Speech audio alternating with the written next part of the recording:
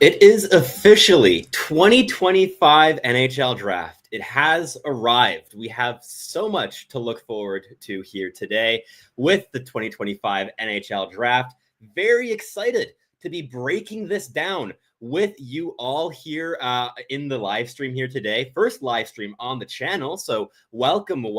I'm going to basically just ramble for the first like 5-10 minutes, allow some people to start streaming in, but please do say hello in the comments and ask any questions. Like now's a good time. It hasn't actually begun just yet, and could also use, if you want to help out a little bit, some cues, as in like when a team is on the clock, because I do not have a live stream necessarily of the draft going on alongside of me, at least one that I can look at all the time. So cues are certainly of help. But yeah, the draft is here. It is draft day. Things have already been going a little bit insane here.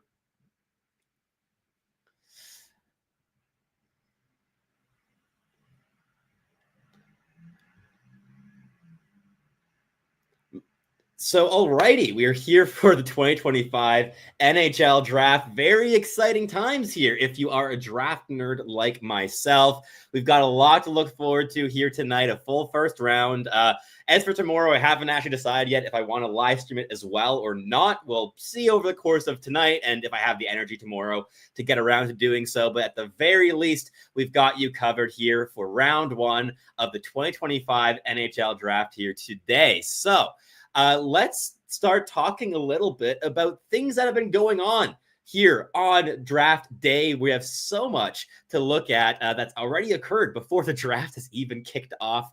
A lot to be excited about. So starting off, I mean, the Noah Dobson deal, I'd be very curious to hear what you guys think of that trade, whether it be the return that the Islanders got from the Montreal Canadiens, or as well what the Habs are getting in Noah Dobson. Really big trade there today. So we've already got a blockbuster. We got more to build on here throughout the night. I'm certain of it, because we're going to have picks getting moved around. It's going to be a lot of fun here today. But I'd be very curious to hear what some of your hot takes are here for draft day. Are there players that you think are going to fall more than expected, or maybe even get reached on inside the top 5, top 10 range that maybe aren't overly expected just yet? Would obviously love to hear from you all. So let's before the draft starts here, and I will, please do warn me if I miss the first overall pick, but it's going to be Matthew Schaefer. There's no real doubt about that. So I'm going to go rambling on a little bit here. Please let me know when the draft actually begins, because it's never going to be at the actual time as listed. So I'm going to share my screen here and just show you my 2025 final rankings that I posted here this morning. I left it until the final hour, quite literally the last day, the day of the draft, to post my rankings, but they got out there. They're now officially live, and I'm going to go put these up on the screen. Here we go. We have the rankings up. Hopefully it's going to be sharp enough for you to read along and look at as we're waiting here for the draft to really begin, for the fun to kick off. So let's look a little bit at some of the players that I have ranked inside this top 5, top 10 range, and where they might actually go. Because, of course, my personal rankings are not like a mock draft. It's not a prediction of what will happen. It's what I think, what I believe in terms of my own viewings of these players over the course of the season. And in these rankings, I think there's a couple interesting things.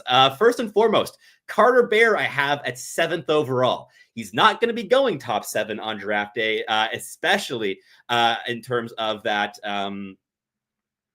Did I say 7th overall? I meant 5th overall. My bad. I have Carter Bear at 5th overall. He's not going to be going into the top 5, top 10 range on draft day because of that lacerated Achilles injury he suffered there late in the season. But he's already back on his skates and moving again on the ice less than 2 months after that injury. That alleviates some of the concerns that I'm having. But should also be noted that last year I was saying the same thing about Caden Lindstrom, and he missed almost the entirety of this season. So we never fully know. But in terms of the intensity, the mentality, the playmaking skill, the dynamism, and just that pure middle drive, violence, and grit, I think Carter Bear is a special player in this year's draft class. When I'm ranking players in terms of these final rankings, I try to take players that have truly special qualities, especially for the first slots on my board. And I think Carter Bear is full of that. Beyond that, you have Caleb Desnoyers, who's probably going to be going in the top 6 as well today. He's a very exciting talent as well in terms of that two-way effort. I think that the intelligence, the refinement and details really makes him stand out from the pack. But beyond that, I did want to talk a little bit about this overall tier I have, that third tier, the big chunk I have between 5th overall with Carter Bear and 16th overall with Jake O'Brien. I'm not going to lie, this was an absolute pain in the ass to kind of separate. Like, these guys are ridiculously tight. I think you can make arguments in almost any direction with these players that I can get behind to some extent at the very least. And in the end, I kind of sorted based on how confident I am in the special qualities of these players remaining special in the NHL. With Carter Bear, I think that that's the standout thing where he stands out not only among this year's entire draft class, but previous seasons as well, in terms of that intensity and playmaking skill. Whereas a player like Anton Frondel, I think, has almost as much merit for that slot on my board, but I'm a lot less confident that he's going to build out the surrounding tools, the transition toolkit, the playmaking, the overall nuances that I wasn't seeing this season. With Frondel, you get solid intensity and intelligence in the defensive zone and a wicked shot in the offensive zone. There isn't all that much to connect those two ends of the ice in my viewings, and that's something that concerns me because the NHL is a transition-heavy league. It's a league at such a high speed, high pace, and Frondel so often is like 2-3 seconds lagging behind his line mates in entering the offensive zone that plays develop and finish before he's even in position to have an impact. And that's something that I worry about a little bit here with Anton Frondel. And oh my God, the first overall pick is on the board. We've got Matthew Schaefer fully selected here, net number 1 for the New York Islanders. And this is exciting stuff for Long Island. Let me take my own rankings off the board here because we are not going to be talking about those here when we have a first overall pick confirmed. Matthew Schaefer. What a player. Very, very fun guy. I think that he's a player that brings so much to the equation on the blue line, whether it's that elite mobility, whether it's the puck progression skills, the transition toolkit, the offensive tools, heavy shot, excellent playmaking, great handling skill. The Islanders are getting an all-in-one player on the blue line here, truly. Miro Heiskanen style of guy. I think that he'll be a minute muncher. I think he'll be dynamic. I think he can run a power play. This is why Noah Dobson was expendable in the eyes of the New York Islanders. If you're asking me, I would have done everything in my power to hang on to Noah Dobson in order to pair him with Matthew Schaefer if I were in Matthew Darsh's shoes, but I'm not. So they dealt him over to the Montreal Canadiens for picks 16, 17, and Emil Heineman, a player I respect greatly and think is going to be just awesome there in Long Island. So no surprises there at first overall. Matthew Schaefer is the name on the board. And he's a player, again, that brings so much special to the equation, but it goes so far beyond just the on-ice qualities. Matthew Schaefer is a tremendous leader. He's got just character oozing out of him, whether it's interviews with the press, interviews with teams, impressing on every single stage so far. One of the youngest players in the entire draft class as well, and has also gone through so far beyond his fair share of adversity in his young life, having lost his mother, lost his his billet mother right afterwards. Just tragedy after tragedy here in the last 2 seasons for Matthew Schaefer, and the perseverance, the composure to be able to still focus on hockey and to channel his energy into that. We saw it with Michael Hage last season as well, doing a similar thing a year after his father passed. Got a similar storyline here, unfortunately, this season with Matthew Schaefer, but just wonderful to see him rewarded for all of his effort, for all of his talent, for all of his intelligence and maturity with this first overall selection. He's a first overall human being through and through. That I have no doubt whatsoever about. But beyond that, I think that he's very much a special player and the clear selection here at first overall. I personally would have also considered Michael Misa, but if you put me on the spot here at first overall, I also would have gone out and selected Matthew Schaefer. I think that in terms of end of the day impact in this draft class, he's your most likely candidate to finish at the top of that list in 20 years' time. So that makes a whole bunch of sense here for the New York Islanders. But I'd love to pass a question on to you, the audience, as well, if you want to leave a comment. What are your thoughts on the trade of the New York Islanders that they made with the Habs earlier on today in the afternoon, sending Noah Dobson for 16, 17, and Emil Heineman? What are your takeaways from what the Islanders are trying to build? Are they going to be able to flip that into a James Higgins kind of player by moving up in the draft here? I'd be really curious to hear as well where your minds are at this stage of the draft. Obviously, everything is still here unfolding. We got to kind of sit back and relax and wait for things to happen, because first overall was never where this draft was going to be decided. It's going to be at third, fourth, fifth overall, I think, where the direction of the first round is really established. In terms of, like, last year, we saw there being a buying high on forwards and all the defensemen, and there was a massive glut of defensemen ended up falling. You had guys like Sam Dickinson at 11th overall and Zeev Buium at number 12. So with all that elite talent on the blue line falling last year, what's going to happen this year, right? I'm very curious to see if maybe a Brady Martin goes in the top 5. I think that could shake things up. Anton Frondell going at 2 would be absolutely insane. So fingers crossed that happens, because I'm here for chaos more than anything. I apologize to my San Jose Sharks fans listening if you really want Misa, because I would also really want Misa if I were you. And for my good friend JD Young from over at Locked On Sharks, would be a bit of a meltdown-worthy thing to happen, I think, for Anton Frondell to go in this slot at 2nd overall to the San Jose Sharks. But I'm an agent of chaos. I'm here for it. I want to see crazy things happen here on draft day, especially since my hometown team, the Montreal Canadiens, no longer have a selection here. Chaos has very little impact on me personally. And also, like, an exercise I've done in past years on draft day is to select the players I would have picked with the selections the Montreal Canadiens have on draft day. So while they're on the clock, I pick who I would take in that spot. And it's a good way of me to kind of track my progression as a scout, and also kind of force myself into a hot seat to make uncomfortable decisions on very, very, very tight time spans. So I'm still going to do that for 16 and 17. I'm not going to include it into the bigger year running project I have, which is Team High, which is the collection and the team that I've built through those draft selections. But I'm still going to tell you guys who I would have picked with those picks if the Montreal Canadiens had kept them, as well as who I pick with whoever actually has them in those slots, because it's probably not going to be the Islanders if our info is going to be correct here. But again, I'd love to hear kind of your thoughts on this draft, on Matthew Schaefer at 1. Who do you think is going to go at 2 here? Is it going to be Michael Misa, or is it going to be the upset with Anton Frondell? There's a lot to look forward here tonight. So, of course, would love to hear some comments from you. But looking forward to this today. This is going to be fun. I've been looking forward to draft day all year long. Of course, my whole year of work culminates here on draft day. So always a blast to also share this moment with the audience here on the podcast. So please do leave some messages below, but let's see what's happening at 2nd overall. No info yet. Very curious to see what happens here. I want this to be Frondell. I want this to be chaotic. I think it's going to be Misa. I think it's going to be maybe a bit of a smoke screen from the San Jose Sharks that Frondell is this massive late riser and contender for the number 2 pick. I think that has some value, and Mike Grier always wants to keep his cards very tight to his chest.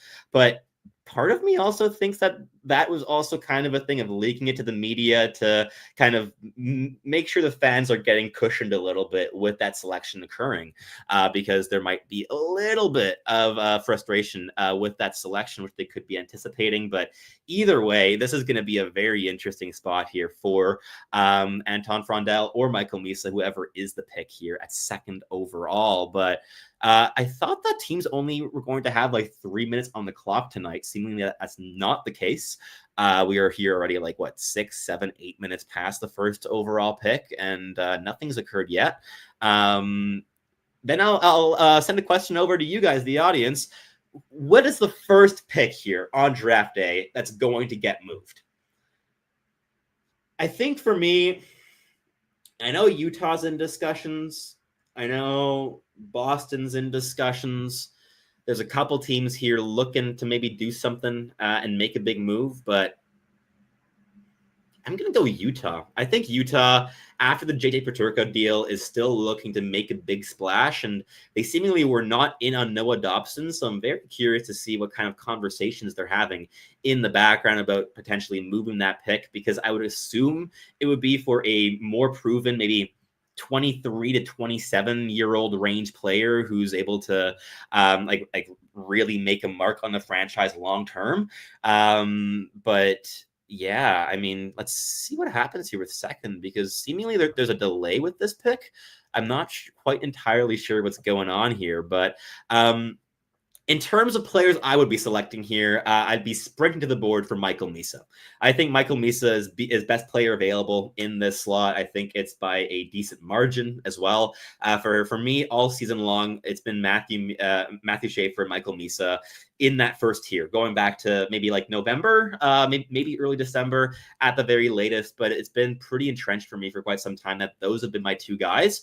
And for me, James Higgins is then the best guy beyond that, who's alone in a tier with Porter Martone. Those are my top three BPAs left available on the board at this stage, with Misa, Higgins, and Martone. But maybe San Jose is not going for my BPA. Maybe San Jose is going for the player I have ranked 15th overall. That would be spicy with Anton Frondel. I think that would be very fun. I'm at the edge of my seat here. I'm waiting. I'm refreshing my page pretty incessantly. Very curious to see what ends up happening here at second. But yeah, it's been like 10 full minutes since first overall pick was logged. So maybe this isn't going to be the fast affair that it was kind of advertised as. One of the reasons that they're decentralizing it as well, seemingly, was to kind of make it a bit quicker of a process on draft day, especially on day one as well, when you got the big viewership.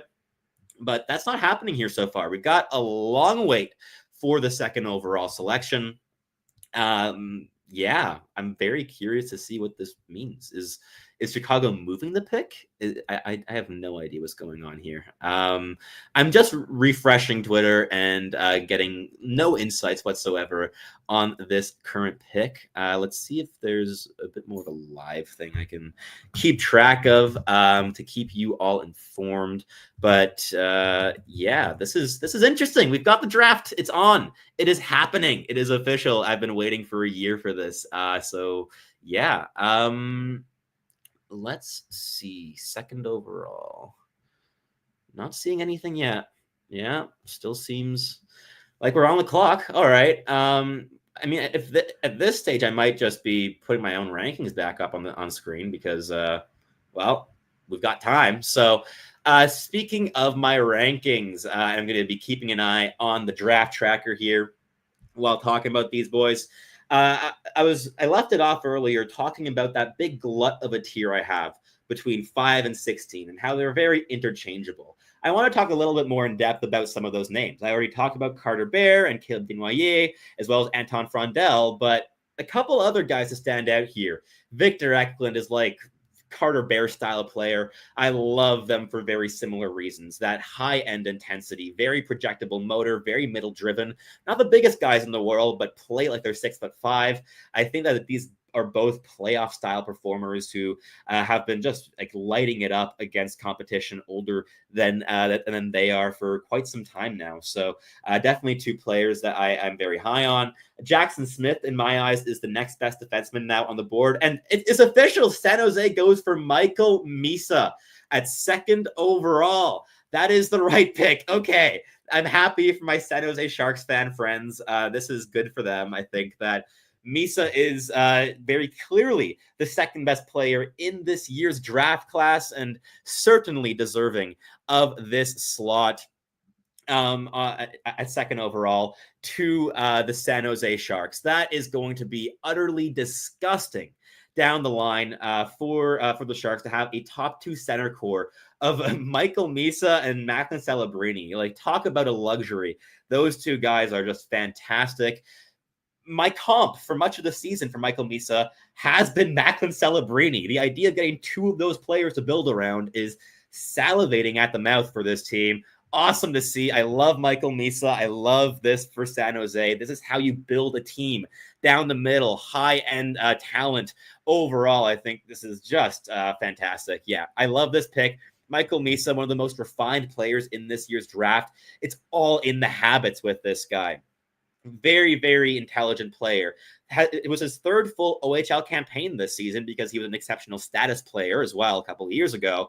And over the course of that, it was such a steady development. In the first 2 seasons, he was playing like a bottom 6 and a middle 6 role in Saginaw, really working his way up in terms of minutes and mostly focusing on the details of his game, right? Refining his game year after year. And the knock was always, he's not dynamic enough. Where's the skill? Where's the scoring with this player? Is this another Shane Wright? This season, he showed that he's not another Shane Wright. This is a player that's able to ramp things up. His skating is a very clear strength. He's got two-way details, two-way intensity, excellent playmaker, how to serve a shot. Not much you're missing out on with Michael Misa. The one knock on him this season was he didn't come to play in the playoffs, but the entirety of Saginaw just crumbled at that stage. And hey, he was a very important part of a Memorial Cup winning team 1 year ago. You don't just write that off because you get booted in the first round this season. I think that Misa is a really special talent and a player that's going to help really shape the organization of the San Jose Sharks for years to come. This is so much fun, very exciting for the San Jose Sharks because this is the guy that is best value at this stage by a country mile, in my opinion. There's no other player I personally would have been considering in this slot. He's definitely my guy here. I mean, he was contending with Matthew Schaefer as well. So definitely exciting here for the San Jose Sharks. But up here on screen, I've gone and added the draft tracker. So we've got that to keep an eye on as well for some kind of visual here on the live stream. But yeah, I think this is a perfect fit for Michael Misa. Like, on the one hand, he's not even going to have the pressure to be the franchise #1 center in San Jose. He can just take that pressure off of his back, that exceptional status pressure off of his back a little bit, and just play his game. He could be playing NHL minutes next season. I don't think he has to. I think he'd be excellent in college hockey as well if he wants to go join his brother. I believe it's at Penn State, if I'm not mistaken, that Luke Misa has committed to. I think that would also be a really awesome step in his development to just like go and light up college hockey for a season. But if you want to bring him up to the NHL right away, you totally can as well. I think there's a luxury of choice here with Michael Misa and his development. Just a really, really solid pick here. The San Jose Sharks knocking it out of the park. And yeah, like really, really impressive stuff. So I'm just going to go put out a tweet here that we are live to try to get a couple more people into the room. So give me 10 seconds. I'll be right back with you.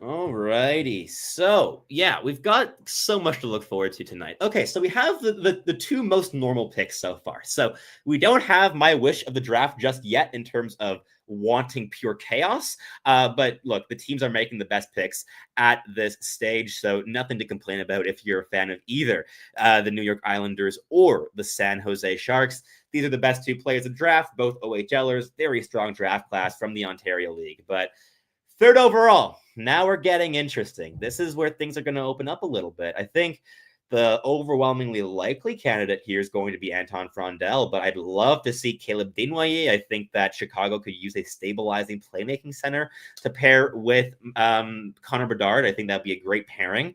I think Porter Martone would also be fantastic, even though you need a center, but in terms of complementary toolkits for Connor Bedard, I think that he'd be fantastic as well as an insulator type on the right wing as a power forward with loads of skill and potentially the highest offensive upside in this entire draft in terms of just pure skill. Like Porter Martone has got it all. There's a lot of options here for the Chicago Blackhawks. I think that they were certainly wishing that Michael Misa was going to fall into their lap, but seemingly this is not going to be happening. of course, because he's no longer available. He was just selected by the San Jose Sharks.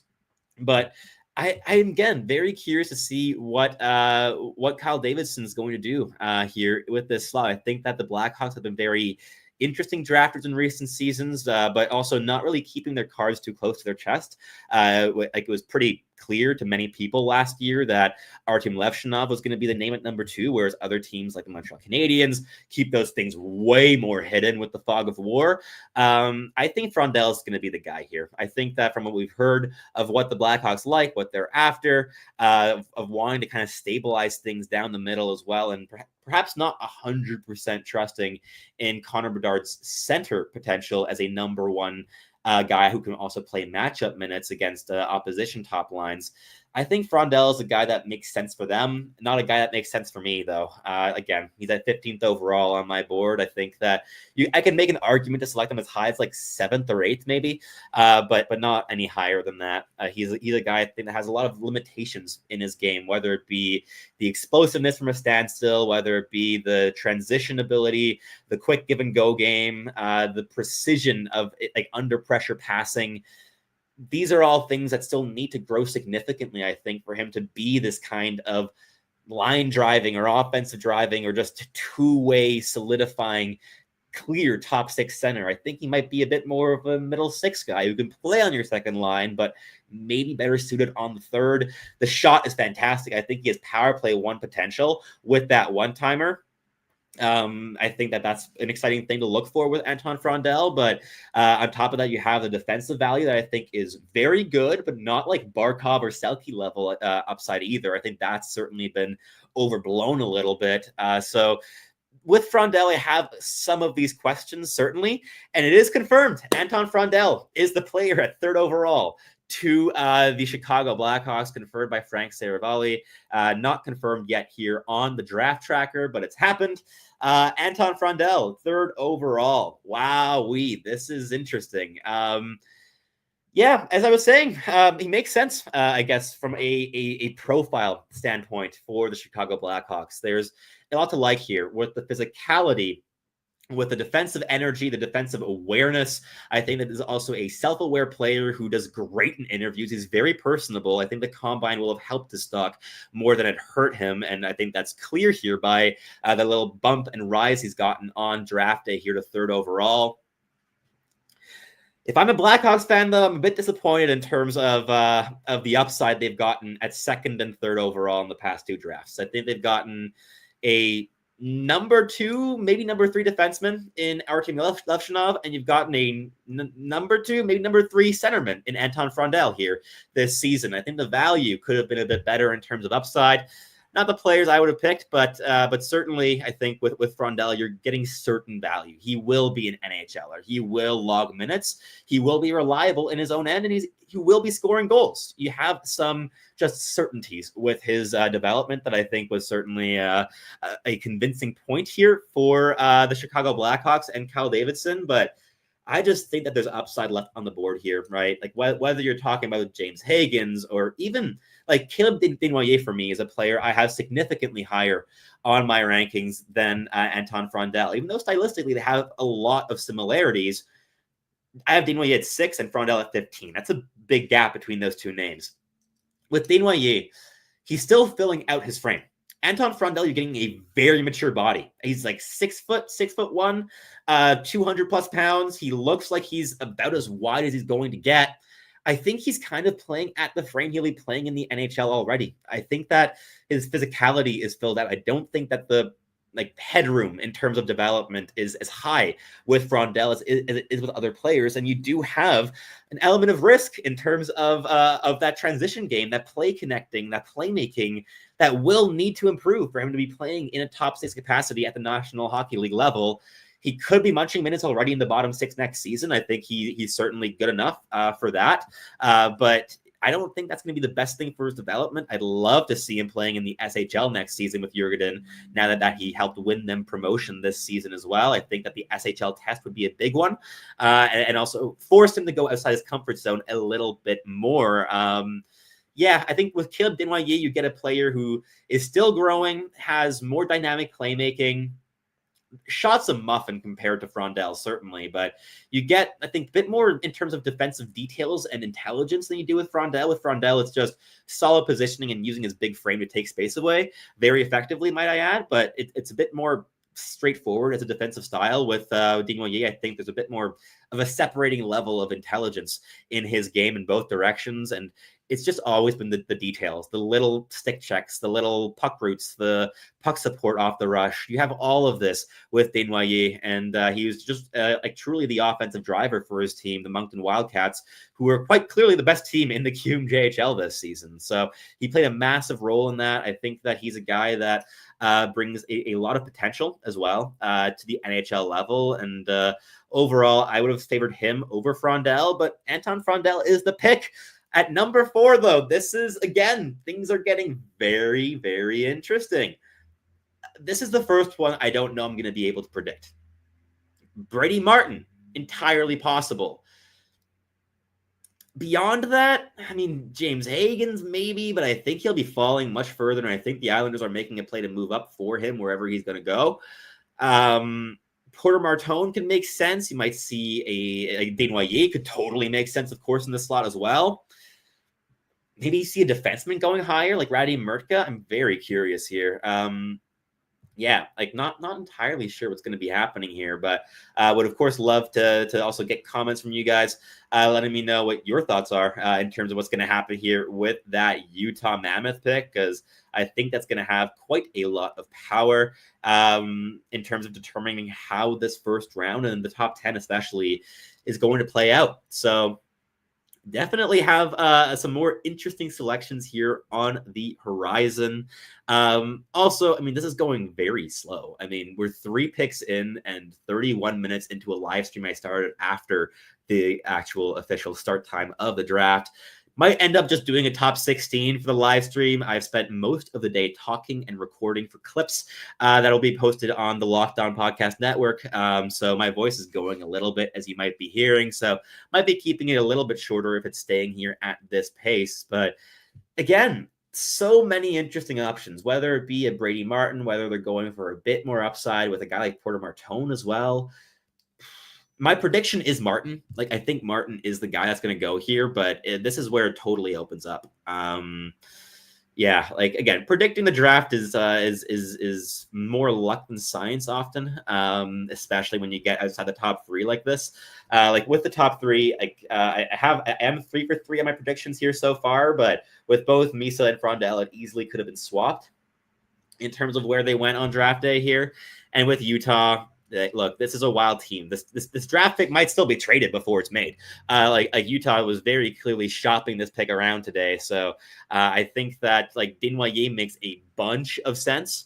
Maybe the Islanders move up here for Higgins. Maybe that's the holdup for this pick, because Utah has been wanting to move that selection and also potentially move down for a guy like Martin. They wouldn't be getting that with the Islanders because they have picks 16 and 17, and Martin is surely not available in that range any longer. But very interesting. I think, yeah, like if they hold on to it, I'm going to say Martin. I think Desnoyers is like the 49% to the 51% if they hold on to it for me. Like, I'm struggling between the two in terms of kind of separating who goes here at 4th overall. If Utah is picking, both make sense for similar reasons. But if they move it, it's going to be Long Island, and it's probably going to be James Higgins. I think that would be really, really fun. What I'm hearing as well from people like watching this draft stream, which I am not, is that it's dreadfully boring. So I feel like I'm not missing out much with this, which is nice to know. But yeah, let's see what happens here. In terms of my best players available for Utah, I'd personally be going James Higgins. I think Porter Martone has a slew of arguments, and I think that for Utah specifically, getting a center like Caleb Desnoyers would be fantastic. I think those would be my top 3 guys here for Utah.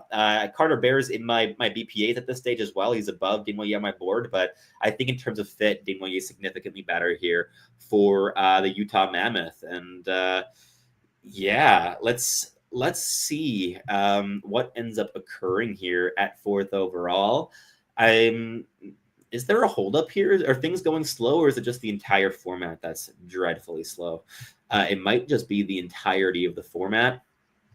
What are your takeaways so far of this decentralized draft? I am unconvinced, to put it lightly. I think it's going to be back to an in-person thing, maybe back to Las Vegas with the Sphere or Montreal with the Bell Center within a couple of years' time. I think a lot of execs in the league were very convinced by that draft at the Sphere last year, which I attended as well, and I can very much see why. I think every single player, team staff, like media member, fan, whoever was in there, security guard, was wowed by how cool of an experience it was to have that in the Sphere. Very much a 360 draft experience that this year's draft cannot live up to in any certainty. But yeah, again, seemingly just going very slow on draft day. So we have another year of a slow draft. The decentralization has seemingly changed nothing in terms of that pace. I feel like it may have even been faster last year at the Sphere, but maybe the time was just going faster for me because I was there and having a blast and chatting with guys like Craig Button between picks. I had a good time there last year. It was a very fun draft to attend. And let's see what's happening here. Caleb Desnoyers is the pick at number 4. I like that. I like that for the Utah Mammoth. 4th overall, Caleb Desnoyers, two-way center here from the Quebec Major Junior Hockey League, or Quebec Maritime Junior Hockey League now, might I say. Playing with the Moncton Wildcats, and just a phenomenally detailed two-way center. You know what you're going to get with this guy. It is constant work rate, real physicality, excellent playmaking, some of the most refined and intelligent offensive zone playmaking of any player in this year's draft class. With Desnoyers, you have that special element in the offensive zone. I think that that's good value here at 4th overall and very much within the range that is beyond acceptable for this player. I think that I would have gone for players like Hagens or Martone ahead of them, but I think that for what the needs are in Utah, and they want to contend relatively soon, and they need a stabilizing top 6 center that can lock things down. They already have their dynamic guy with Logan Cooley. You've got to have a matchup minutes player, and Desnoyers projects precisely as that. I think this is great from a roster construction point of view. I think it's great from a leadership point of view. Every single team that Desnoyers has been a part of in his career, basically, he's been a leader on. Like, he's always had a letter on his jersey, whether it be the U18 Worlds with Team Canada, right? Whether it be any of these tournaments he's played internationally. They linked Gretzky back a while ago. He's always playing a leadership role. That's very much part of the package here with Caleb Desnoyers. I think that he's a very, very fun player to watch with how intelligent he is. I got one live viewing of him here this season and was just shift to shift to shift, wowed by the details. Like, I was like giggling to myself a couple times in the media section, might I add, by just how smart and awesome the decision making and the reads are with this player. The little details, the stick lifts, the choices of lane, the implementation of delays, stops and starts. He manipulates space really well. The good look offs, no look passes. He's got so much in his toolkit. Not the most individually dynamic, maybe, with the puck on his stick in terms of handling and scoring. Like, he's very much a pass-first guy, and he will be predictably a pass-first player in the National Hockey League. But he brings just so much quality. I think that the depth is going to be so much strengthened here for the Utah Mammoth with this selection. And again, a pretty short road to playing important NHL minutes. I would say within 2 years, he'll be playing top 9 minutes, and within 3 years, he'll be playing in the top 6. So probably won't be taking too long. And once they're contending, they've got a very exciting young player to add into the fold that I had ranked here at 6th overall. So well within the range here at number 4, even though I did personally have BPAs in a tier above Caleb Desnoyers with James Hagens and Porter Martone. So centers have value here. We have one defenseman off the board and then back-to-back pivots. I think that's going to be something that we're going to be seeing here. I think Brady Martin's going to be going soon. I think you're going to see the wingers and defensemen falling a bit further. maybe players like Victor Eklund will be available in the teens. I think there's a wide range of possibilities here now with how this draft is falling. This is just a bunch of fun. I love draft days, of course, as always. And yeah, like, let's see what's going to happen here at number 5. So we have the Nashville Predators on the clock. I would love to see James Higgins in this slot. I feel like Long Island's going to be going for a pretty big push to get that player onto their books after the Noah Dobson trade here earlier today. But if they're not able to swing it, they're still going to be able to get a really, really good duo there, I think, at 16 and 17. I think that you're going to get players that have significant top 12, top 14 value here at the draft with those selections, maybe even top 10. I think Carter Bear is going to be available. He's at 5 for me. I think that guys like Lyndon Lakovic and Logan Hensler are going to be there.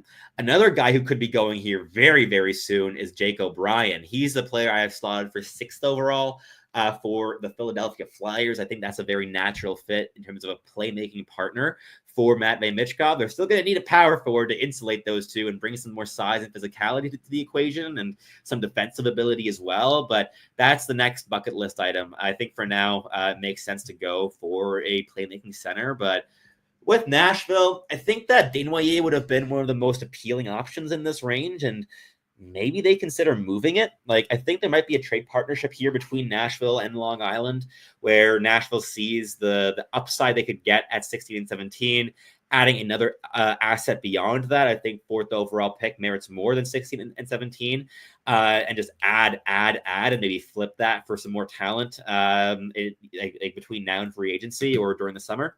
I think there's a lot of options here for the Nashville Predators, but they do not have all that much time to make a decision. Like, it seems to be about 10 minutes per pick, which is, oh boy, slow. This very, very slow. I was hoping it'd be like didn't they say it was gonna be 3 minutes per pick here today? I was hoping it'd be like 5. I think 5 is a pretty good rhythm in terms of giving teams enough time to strike up a deal last minute while still like letting things progress at a decent pace. But let's see here. No new updates yet in terms of draft picks. So let me just take a sip of water here real quick.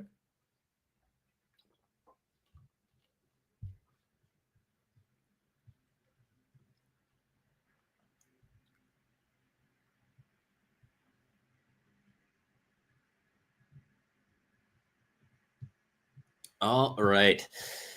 Yeah, nothing's happening here yet. We still have basically just a waiting screen in terms of this 5th overall selection. But I wouldn't be surprised if this took a bit longer than the others if that trade were to materialize. But honestly, if I were the Islanders, I'd be taking a risk. I'd be if I'm the New York Islanders, I'm waiting for James Higgins to fall to like 9 to 10 to 11. I think he'll be falling. I think a lot of teams, he's going to be the second best option, and they're going to go for the bigger, more playoff proven player.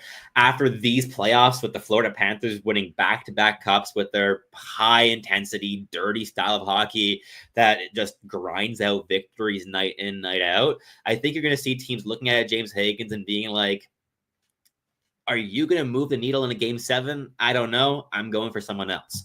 Personally, I'm going to take the player I think has the best chance of also getting me to a game 7. There's other players in my lineup I think I would trust a bit more potentially in that late game chance. But you also have to remember, James Higgins has the all-time record for points at the U18 World Championships, and he did it in his D-1 campaign.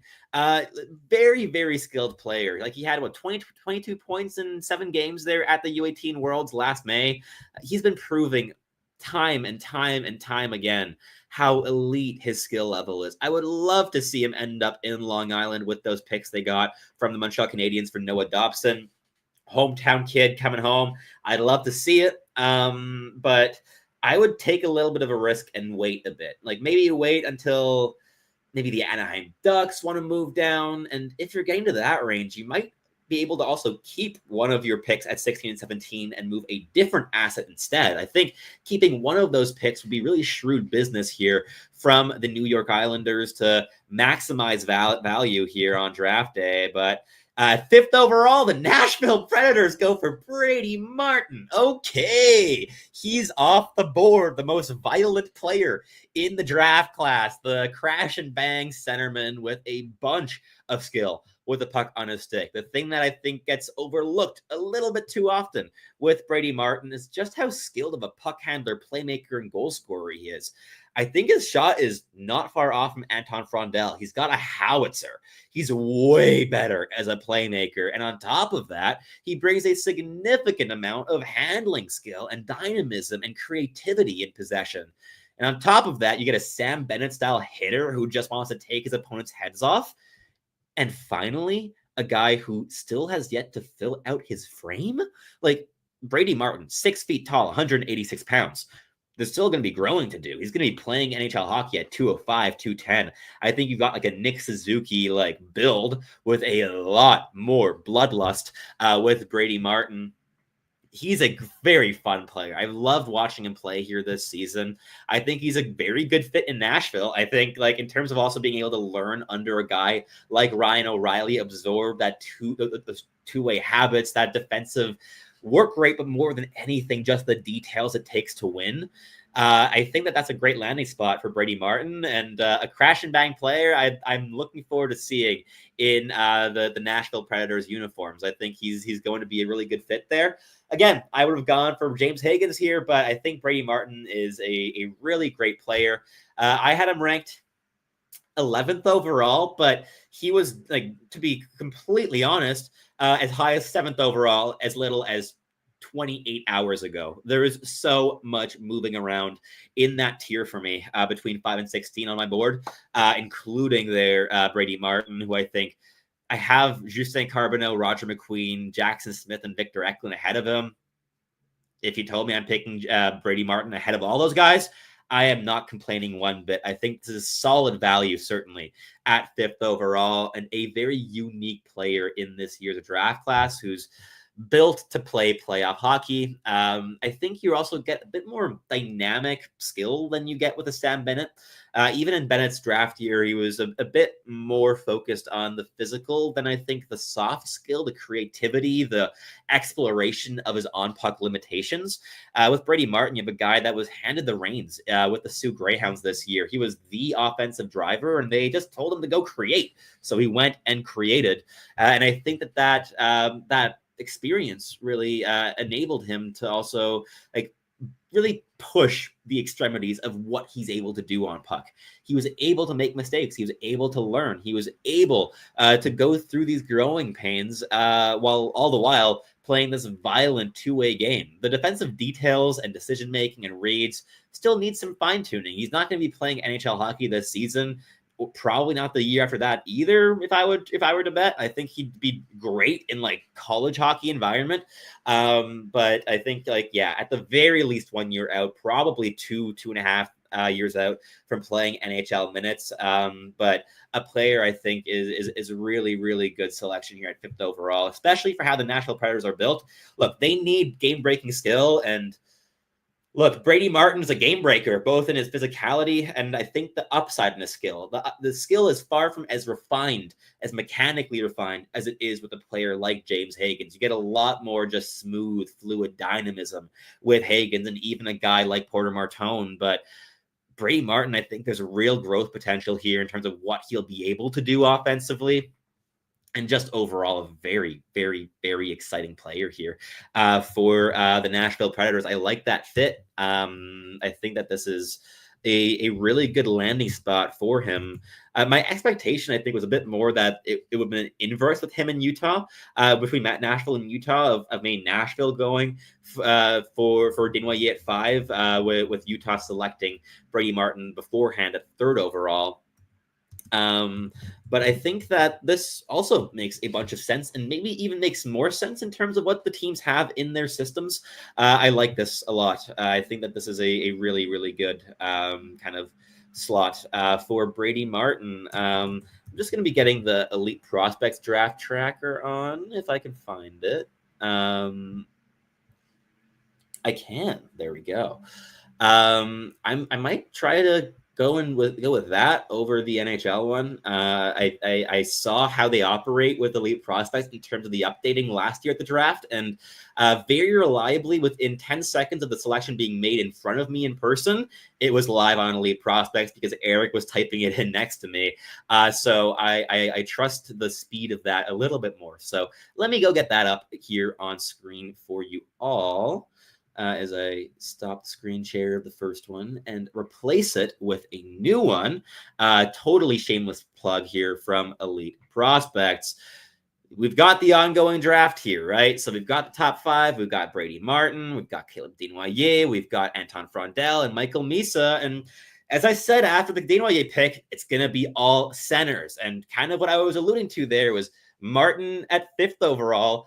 And now Jake O'Brien would be going 6th overall if that holds true. And you just have 5 consecutive pivots going here inside the top 6 on draft day. That's what I think is going to be happening.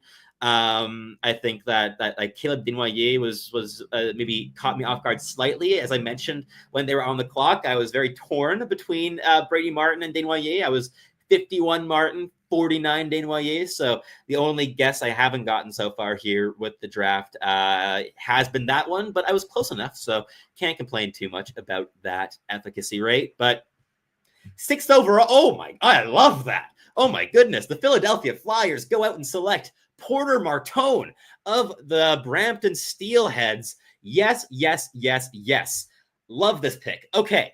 Porter Martone, my 4th overall player on my board, my 2nd best player available. Of course, James Higgins being the other one, but he'll be falling a few more slots, I think, and you're probably going to be seeing the New York Islanders moving up to select him. But Porter Martone is a beauty of a player. This guy is still has a lot of runway in terms of refining. He's very raw. He makes mistakes. There's still a lot that has to be kind of ironed out in this game. But at the end of the day, in terms of players with the highest offensive upside in this entire draft, Martone's right there with the top contenders, with your Michael Misas, with your James Higgins, with all those names. He's right in that mix in terms of highest offensive upside. Elite level handling ability, so skilled with the puck on his stick. Still needs to ramp up the pace in terms of attacking with speed and overall executing at speed, making decisions under pressure at speed.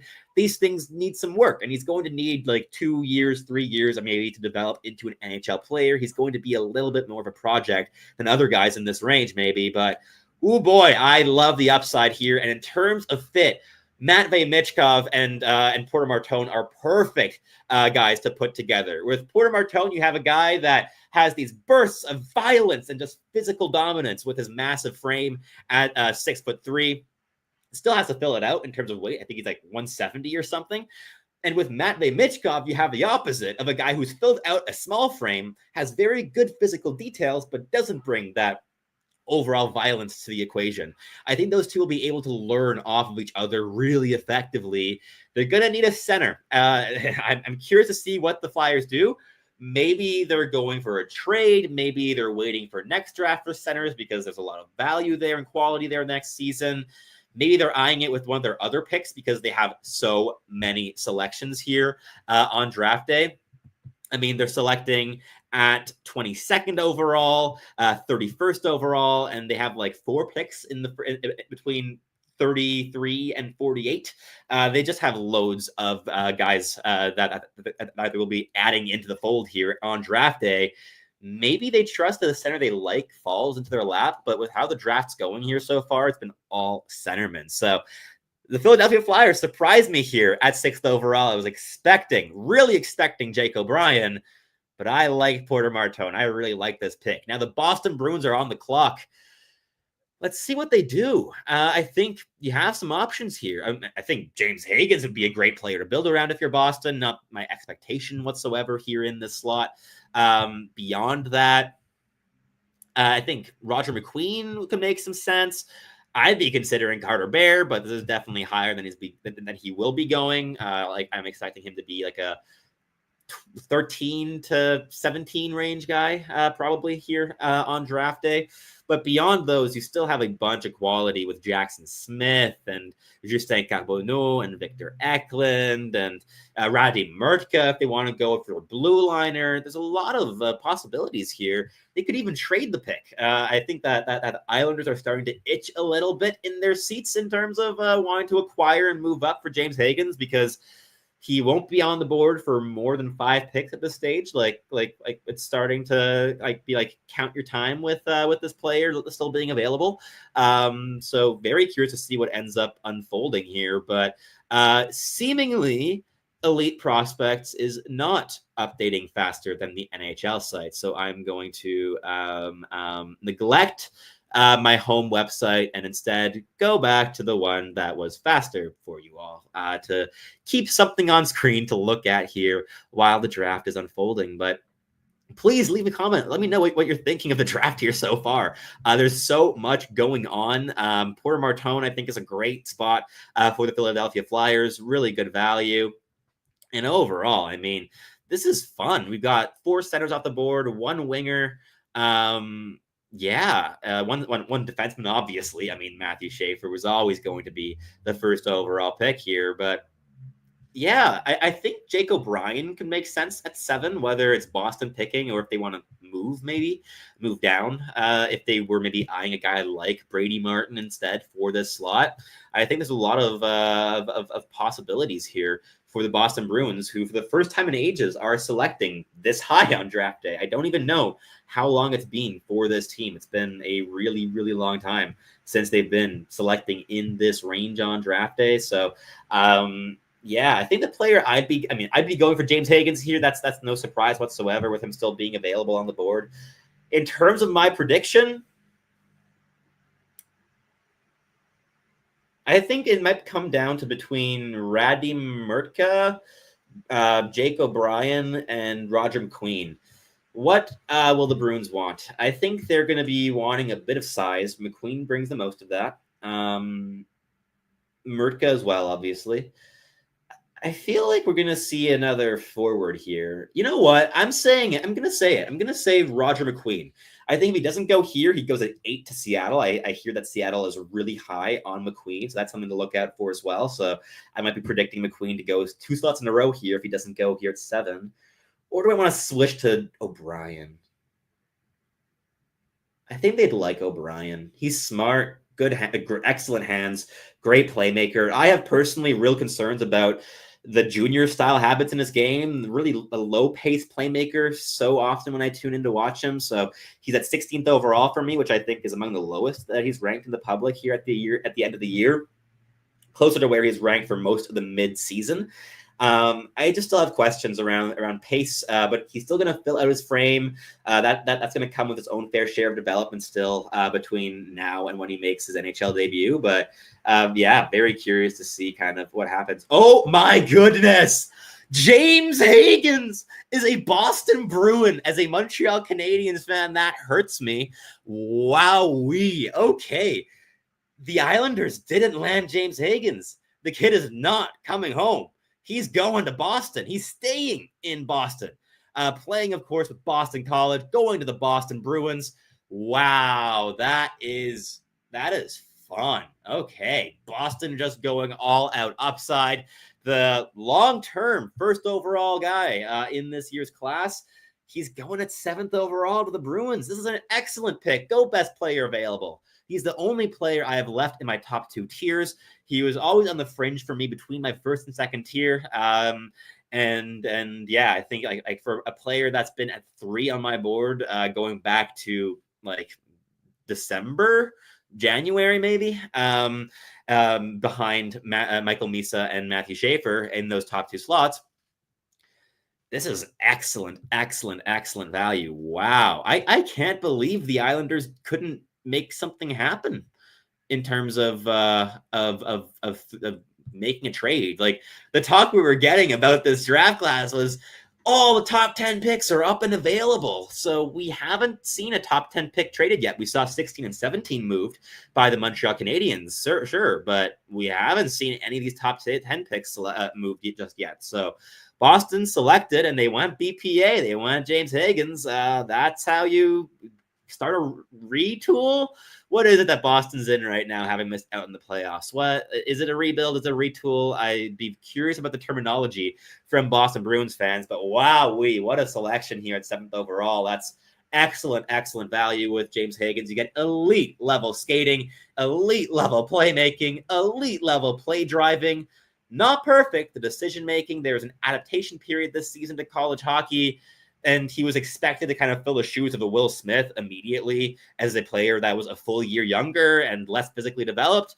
I think that was always going to have a couple of growing pains here. He's never going to be a Celebrini style of guy in terms of having the physicality to match at the NCAA level just yet, but he's still filling out his frame, and he's so intelligent. He's so competitive. This is a natural born winner, in my opinion. Like, sure, he doesn't bring you that the physical game that you search for in the playoffs, but he brings you clutch scoring. He brings you leadership in the room. He brings you leadership by example. You don't need every single player to be your hitty boom guy. You can have a player to just drive the puck up the ice, create with the puck on a stick. That's what James Higgins is going to do in Boston, and that's going to be a really nice fit. The idea of combining James Higgins with David Pastrnak down the line, woo-hoo-hoo.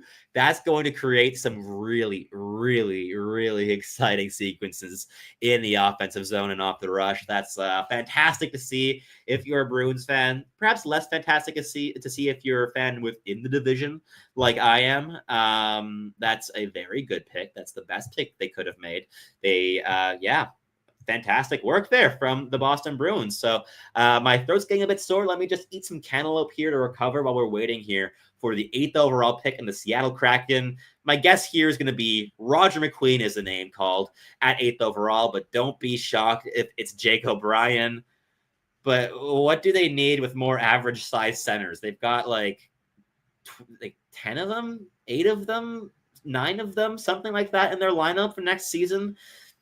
I think go for the guy that can grow into a power forward with real skill and brings you an element that you just don't have in your system, and who could complement guys like Shane Wright, like Matty Beniers, and like Berkeley Catton, who they drafted last season. I'd love to see Roger McQueen in the slot, but very curious to see what ends up happening.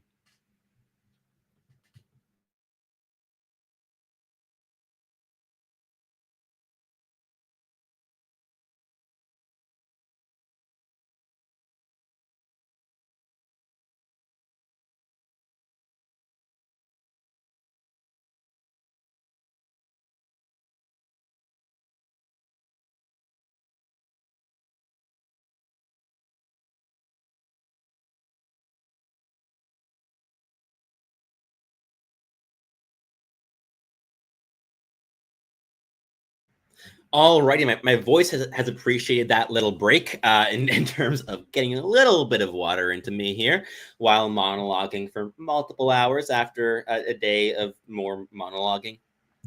So yeah, we've got a very interesting pick here on the board with Roger McQueen. We've got a steal on the board with, of course, James Higgins, so the Boston Bruins.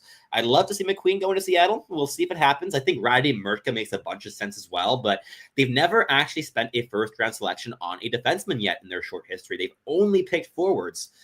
Is that trend continuing or is it breaking? I'm not entirely sure. I'm very curious to kind of see how this here pans out with Seattle. It's a team I think needs to pick a bit of a direction with what they're building. I think that they've been trying to straddle that like contender or like not rebuilder, but like retool team for quite some time now, and have been just stuck in mediocrity. And I think that they need to get upside here. And I think McQueen's a really interesting option. My best player available now is Carter Bear, but I also have Victor Eklund, Jackson Smith, Raddy Murtka, Justin Kakbono, Logan Hensler, all in this tier that I think make real sense as well if they end up going that route. But yeah, I think Roger McQueen's my guess.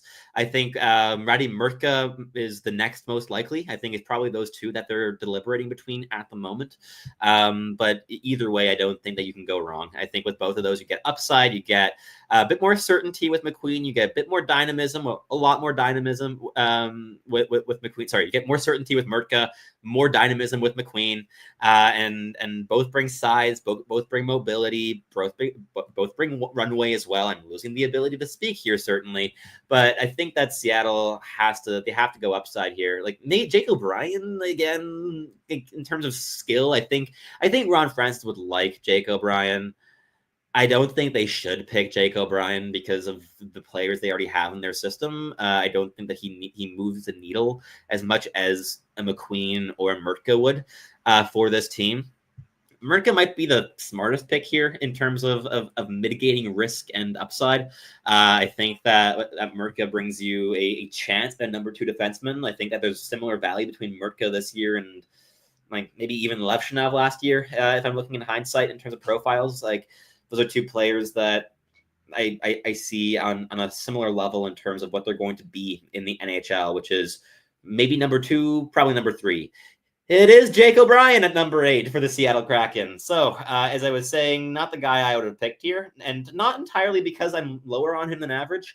I could totally see this for a different team fitting really nicely. I think the Anaheim Ducks here would have been a really nice spot for Jake O'Brien.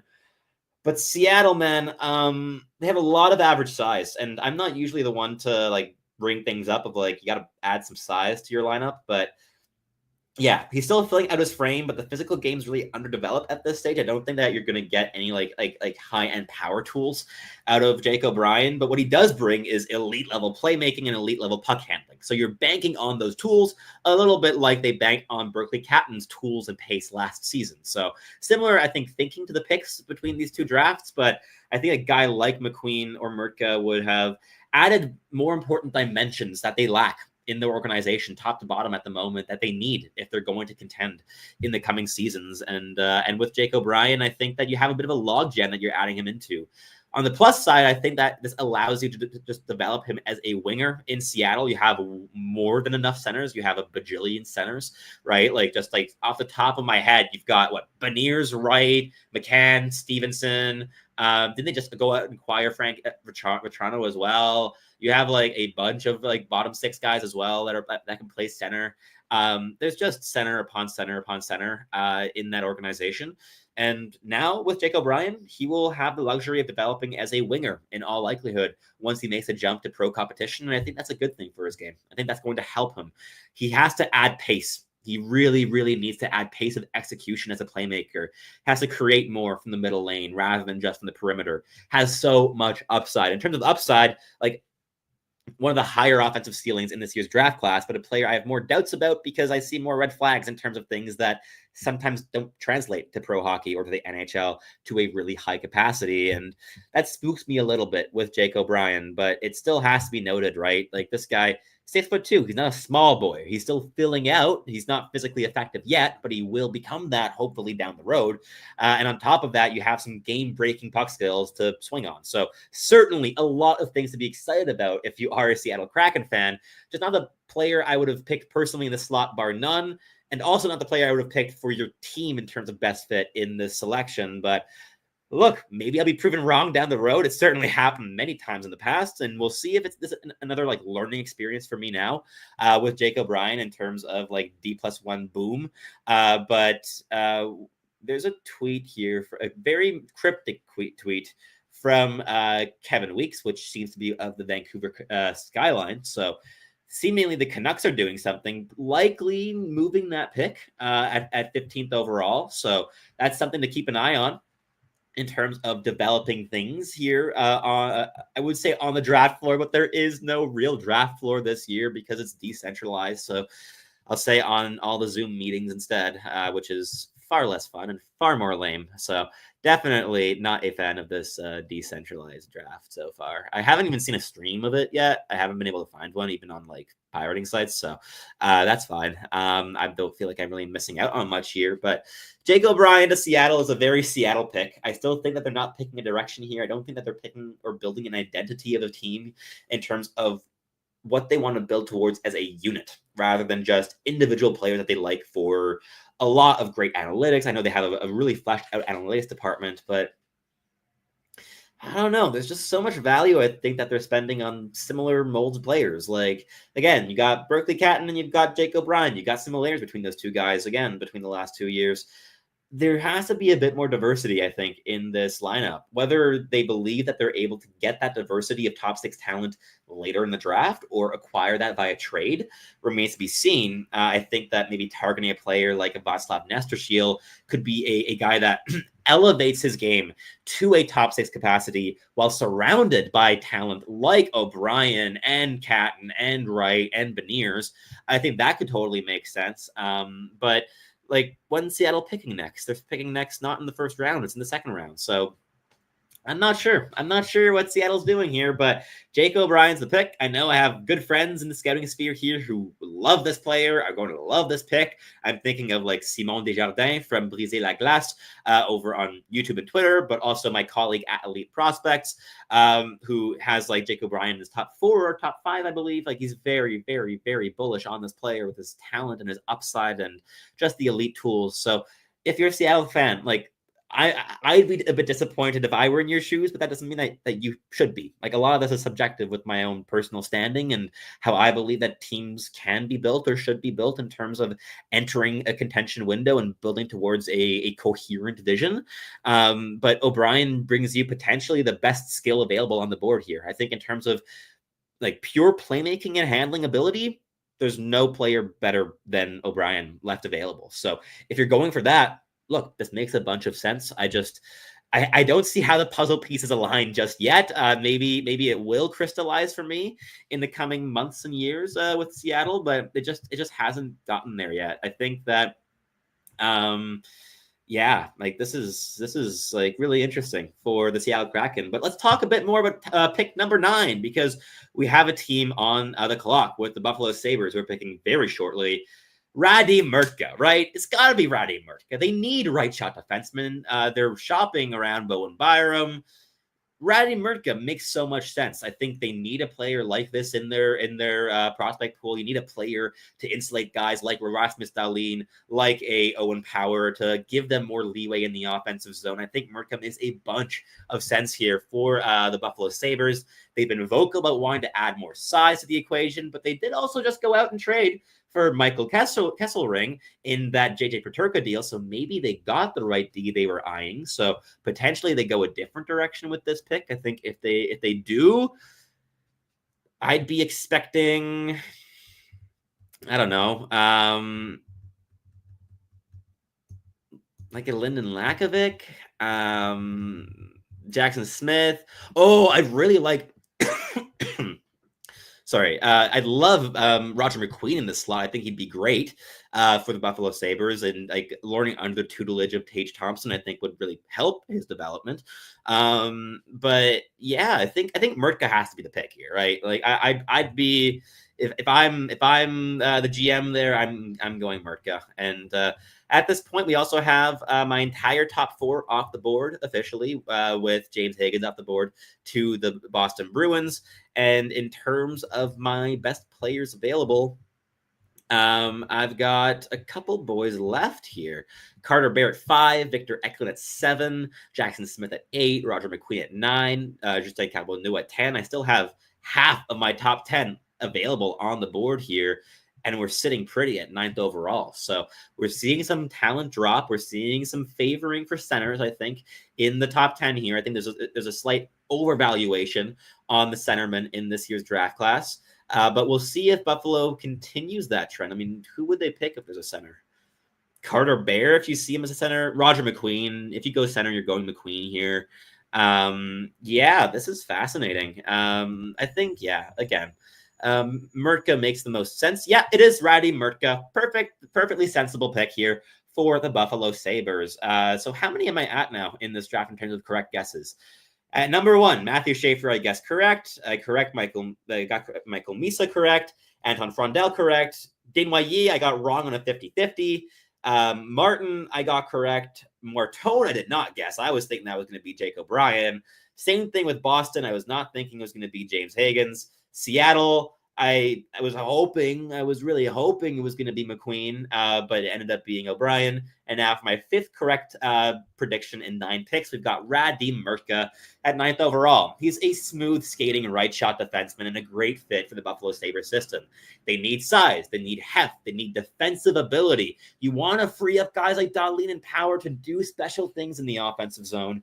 Murtka's going to facilitate that down the road. He was excellent after moving over from playing pro hockey in Czechia to the WHL with the Seattle Thunderbirds, playing like 30 minutes a night every night, like massive minutes. And he would really blossom, I think, as well in terms of his puck management in the offensive zone. A lot more active in his puck touches in the CHL against the junior competition than he was against the pros, which was certainly nice to see of him like exploring his comfort zone. But what you're drafting him for is that size, that range, that high-end mobility, that projectable physicality, and high-end defensive awareness. This is a very intelligent defensive player. He keeps a really tight gap. He picks his spots and times his implications really, really well. I think he's a guy that's going to really fit in nicely with the other talents that they have there in Buffalo on the blue line, and the kind of player that they need to just solidify things. Like, how often have we seen the Buffalo Sabres just go into a tailspin of losing 5, 6, 7 consecutive games, or just having these lengthy spurts where things aren't clicking, where they're leaky defensively, where you always feel like you're one wrong step from having the puck go the other way and land in the back of your net. That's been the Buffalo Sabres for the last 15 years. And I think that a guy like Murtka is going to be part of the solution to help them get to the playoffs for the first time in forever by locking things down defensively and also adding some real puck moving ability and a bit more offensive exploration here this season that we didn't see previously. So quite a lot to like here with Radim Murtka, a player I had ranked 12th overall, but again, could have been convinced to take as high as like 7th or 8th. So this is well within his range for me here on draft day, a player I like a lot. And I think, again, a perfect fit in Buffalo. Anaheim Ducks are wacky. We never know what the Anaheim Ducks are going to do until shortly before they're going to do it. And I don't think I'm going to get insight on this pick before it happens. Yeah, I think Roger McQueen could be really enticing. I think Carter Bear would be a fantastic fit. I think Victor Eklund is so much fun. Victor Eklund would be so much fun. I think Roger McQueen maybe brings the most special qualities, but they need help on the right side. Don't be shocked if this pick is Logan Hensler as well, a player I've just dived back into in terms of game tape in the last week, and a player who impressed me throughout of that. Like a really, really, really mobile, like elite mobility player with high-end physicality, whose decision-making needs some ironing. Like it needs some work, certainly, but I think overall he's a player that brings so many like special qualities that are so projectable for a top 4 role down the right side. He'd be a real stabilizer in Anaheim, and you have left shot defensemen to maybe drive a bit more of that play, like Pavel Mintyukov or Orlin Zellweger, or of course a Jackson Lacombe as well. But that right side needs a bit of reinforcement. I think that Hensler makes sense, but he's not my prediction. I think my guess for this slot is Jackson Smith will be fun, but they don't need left shots. Lyndon Lakovic would be a lot of fun as well. I'd like that a lot. But I'm going Roger McQueen again here. I think Roger McQueen makes sense for Anaheim. They liked size. They went size and right shot last year with Beckett Seneca. I think you have better value than Seneca 3 this year with Roger McQueen at 10. He's a player I've ranked at 10th overall, but you could convince me to 9th overall, but you could convince me to select him as high as 5th. He's a player that just brings so much to the table, both in terms of size and dynamism, handling ability, heavy shot, really, really skilled and physical as well, especially when he came back from injury at year's end. Very, very interesting here. So we've got a top 10 almost locked up. Yeah, what's going to happen here? I'm very curious.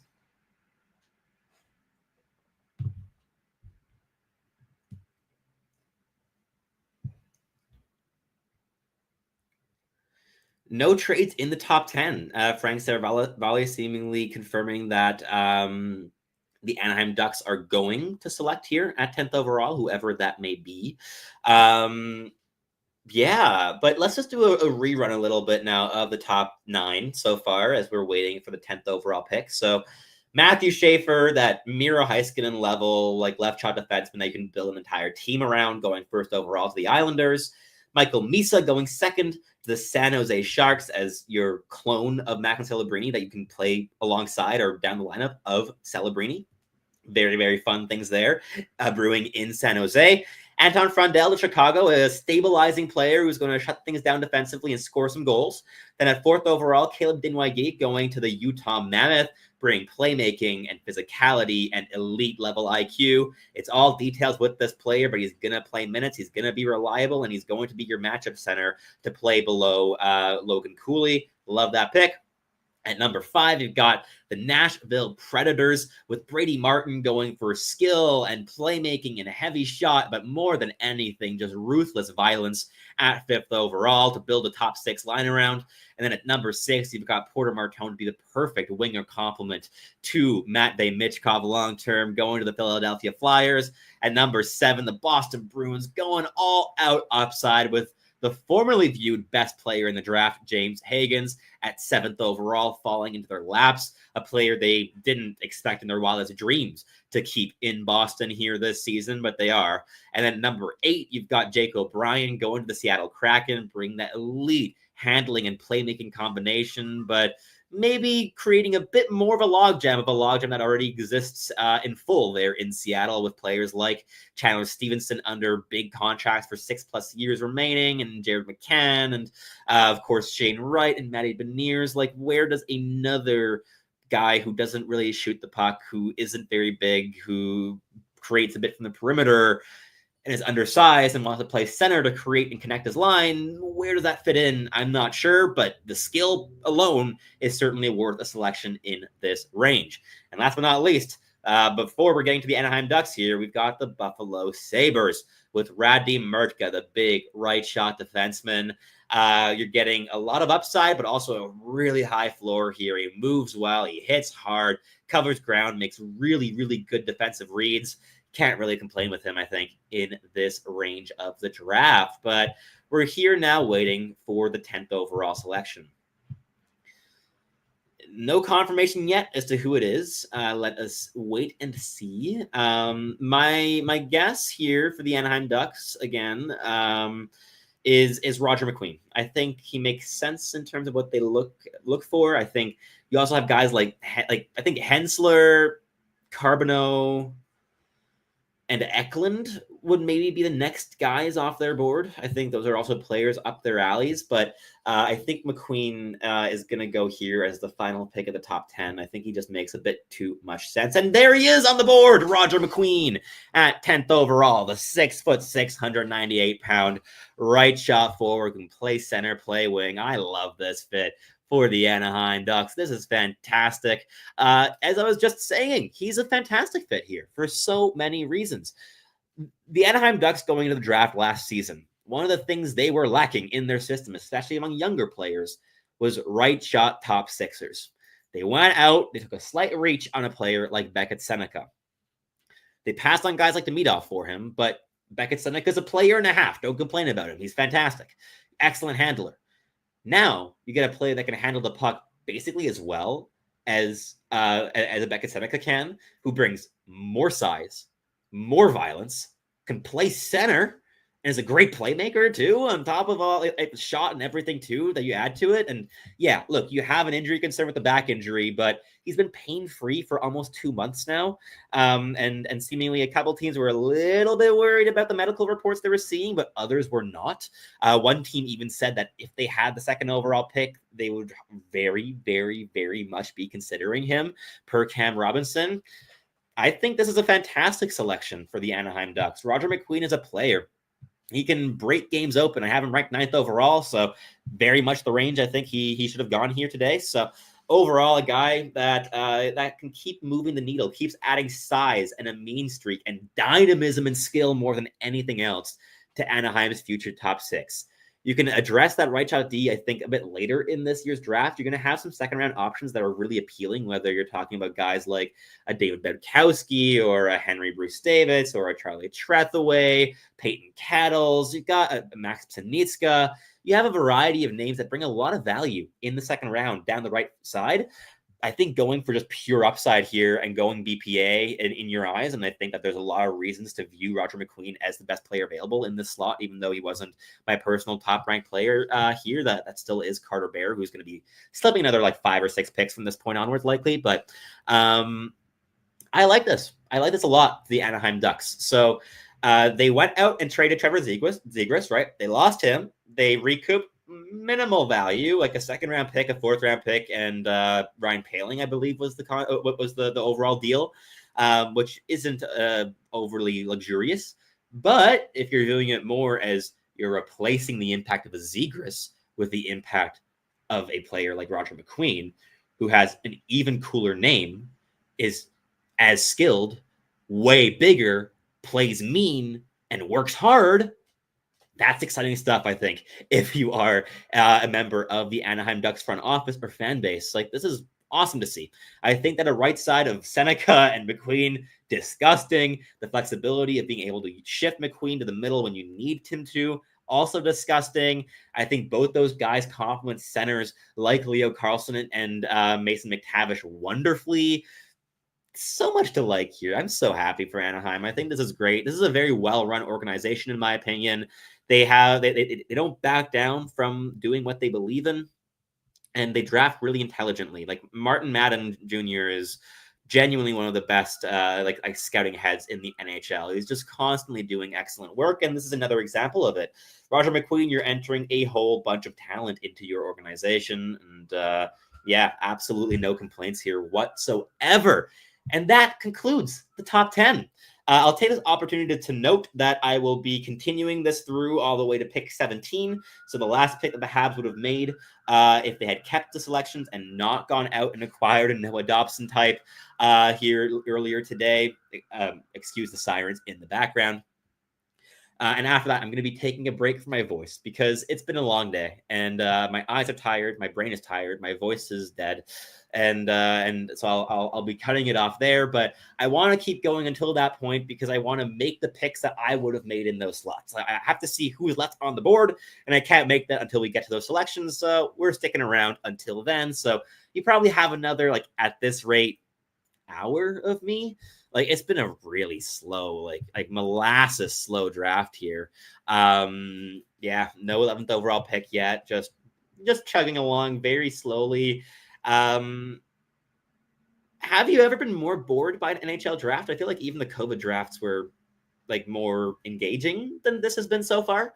In terms of like the surrounding stuff rather than like the like how the draft unfolds, the quality of the draft class. I think that this has been fun, even if the chaos I was praying for heading into this hasn't occurred. Like I was hoping for trades, I was hoping for Frondella 2, I was hoping for crazy stuff happening.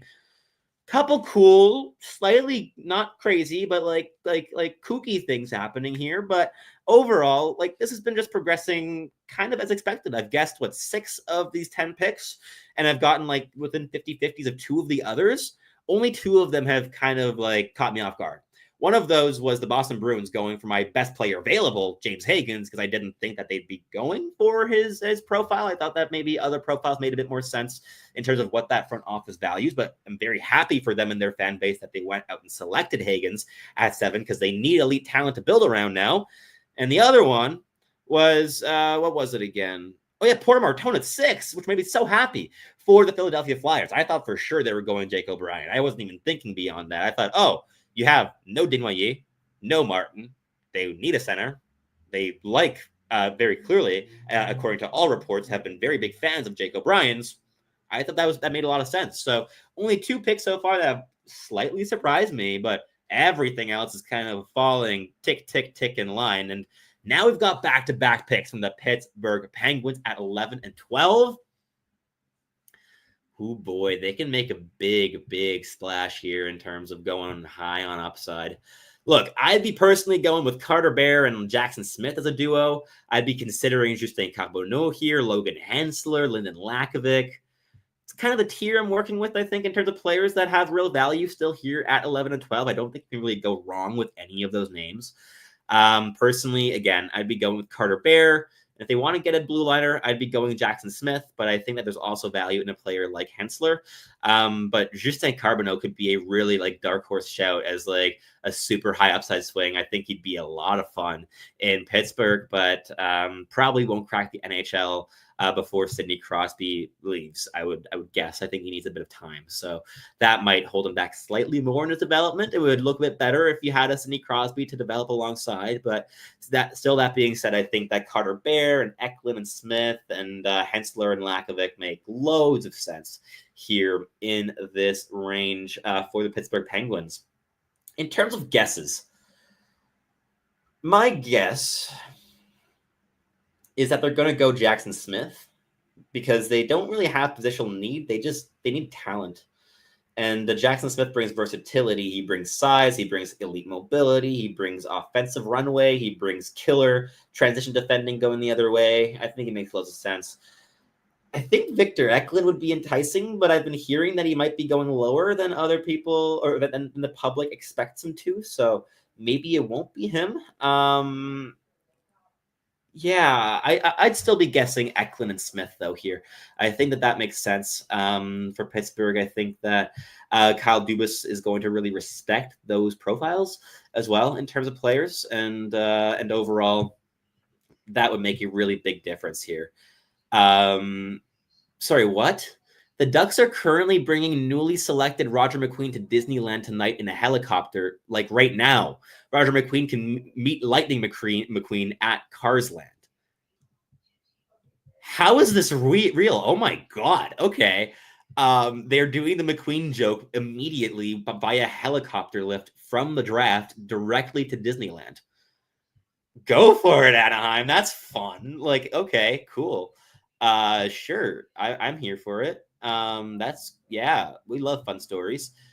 Woo! The Pittsburgh Penguins select Benjamin Kindle of the Calgary Hitmen, a player I was expecting to go much closer to the 17 to 25 range. But Pittsburgh swinging here on high-end smarts and high-end playmaking and high-end scoring output this season. Like, he lit it up in the WHL. He was, I believe, second among all draft-eligible talents this year in the CHL in scoring behind only Michael Misa. He had 99 points. Misa had 134. Bit of a gap there, and he had a 1-point lead over Jake O'Brien, so didn't have the biggest cushion beneath him, but still a player that really created so much offense. He's a real manipulator. He's an offensive creator. He's a puppet master on the ice. He loves to like tug at defenses, has a gravitational pull. He pulls players out of positions, and he curls pucks around them. I think Ben Kindle brings a lot of value to the ice. Definitely surprised by being picked this high, especially with players like Carter Bear and Victor Eklund still on the board. In terms of if you're going for an undersized profile, I think that those are the guys to go for among forwards. But very interesting selection. I don't hate it. I mean, with Kindle, you get a real level of upside. You get, again, that elite level smarts. I think he'll be a joy to work with as a coach. He's pacey. He works hard. He's not like a guy that just like cheats for offense all the time. The skating needs work, though. The physicality needs work. Like 5'11", 180. I think that resisting contact, initiating contact, playing through contact, these things all need work.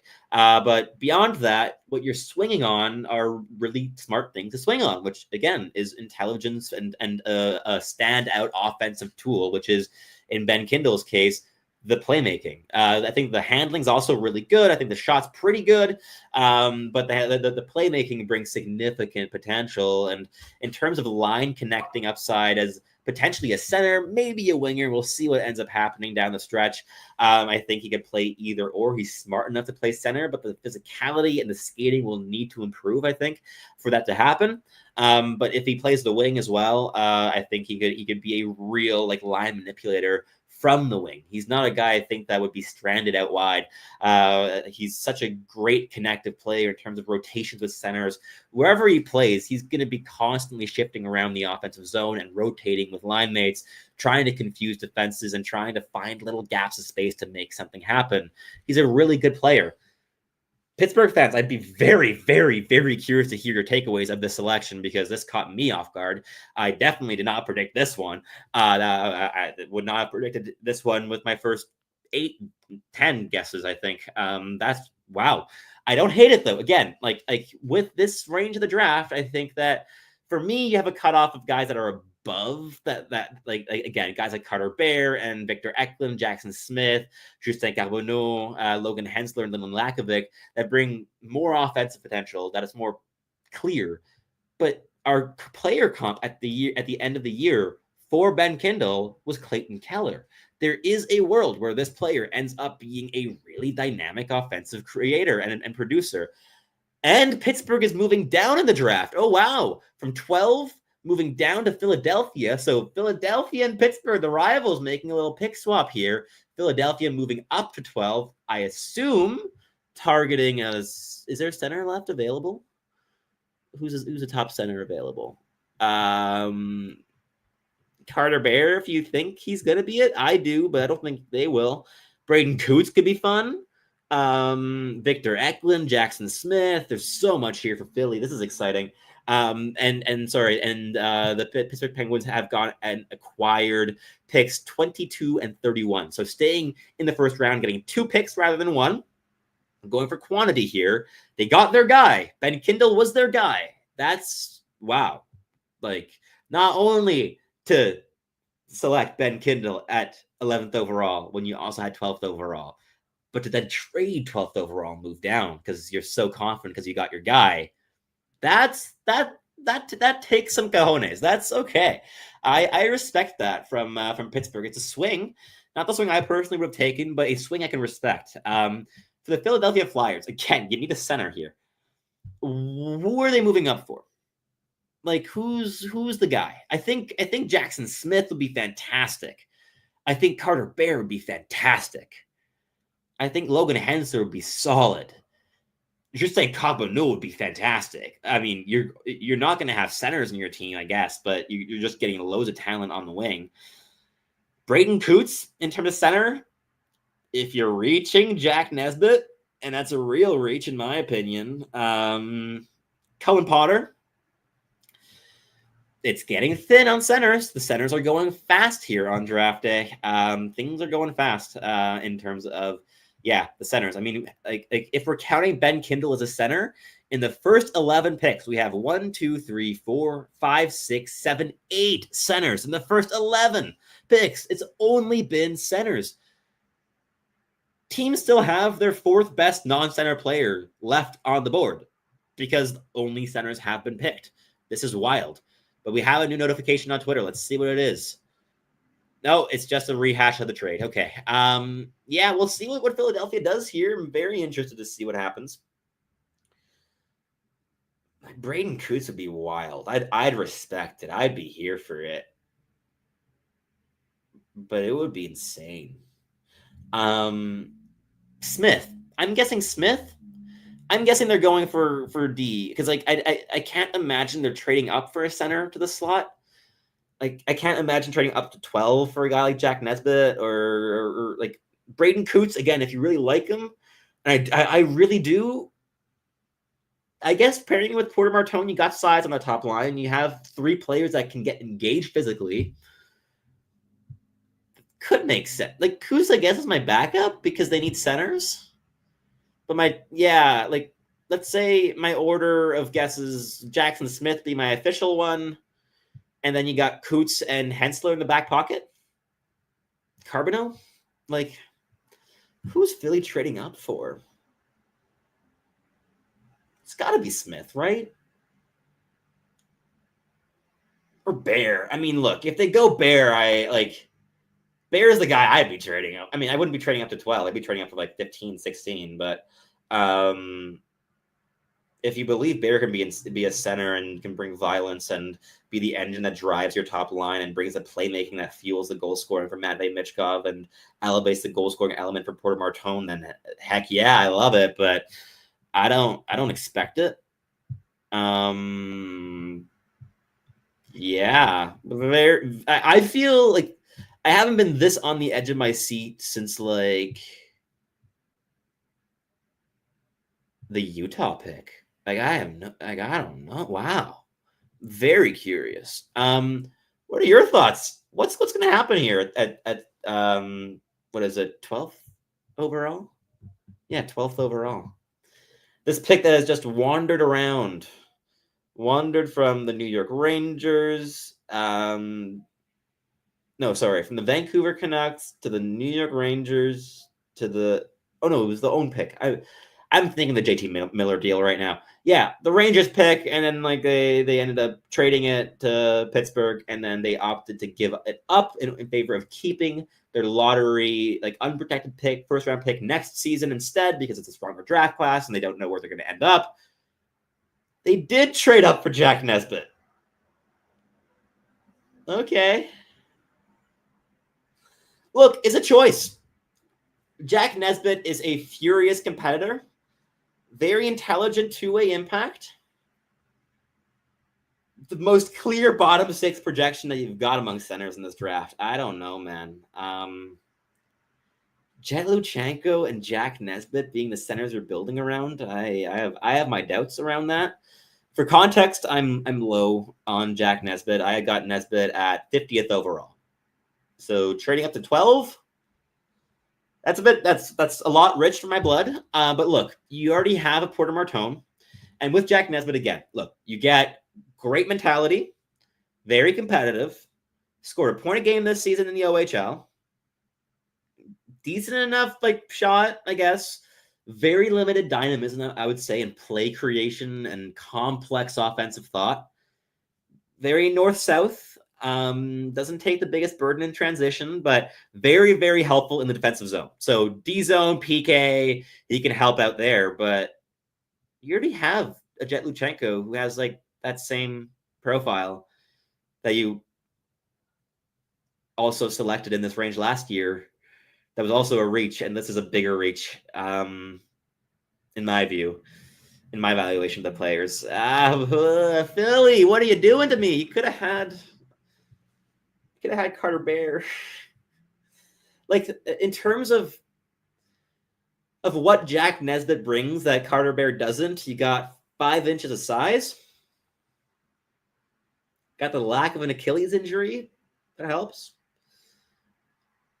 You got a bit more in terms of defensive, reads.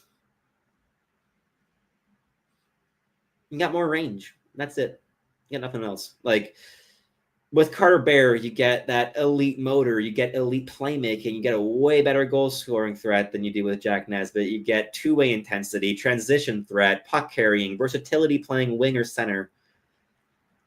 With Nesbitt, you get a very clear bottom six defensive specialist who's going to play on your PK. Might score 40 points a season. I don't know, man. That's rich, man. That's really rich. 12th overall for Nesbitt. Wow. That's really high.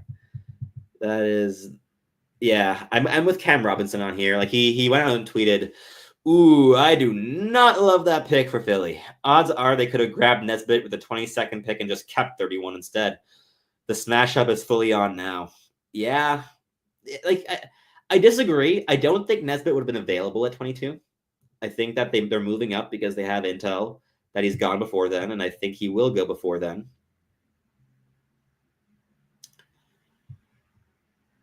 But damn,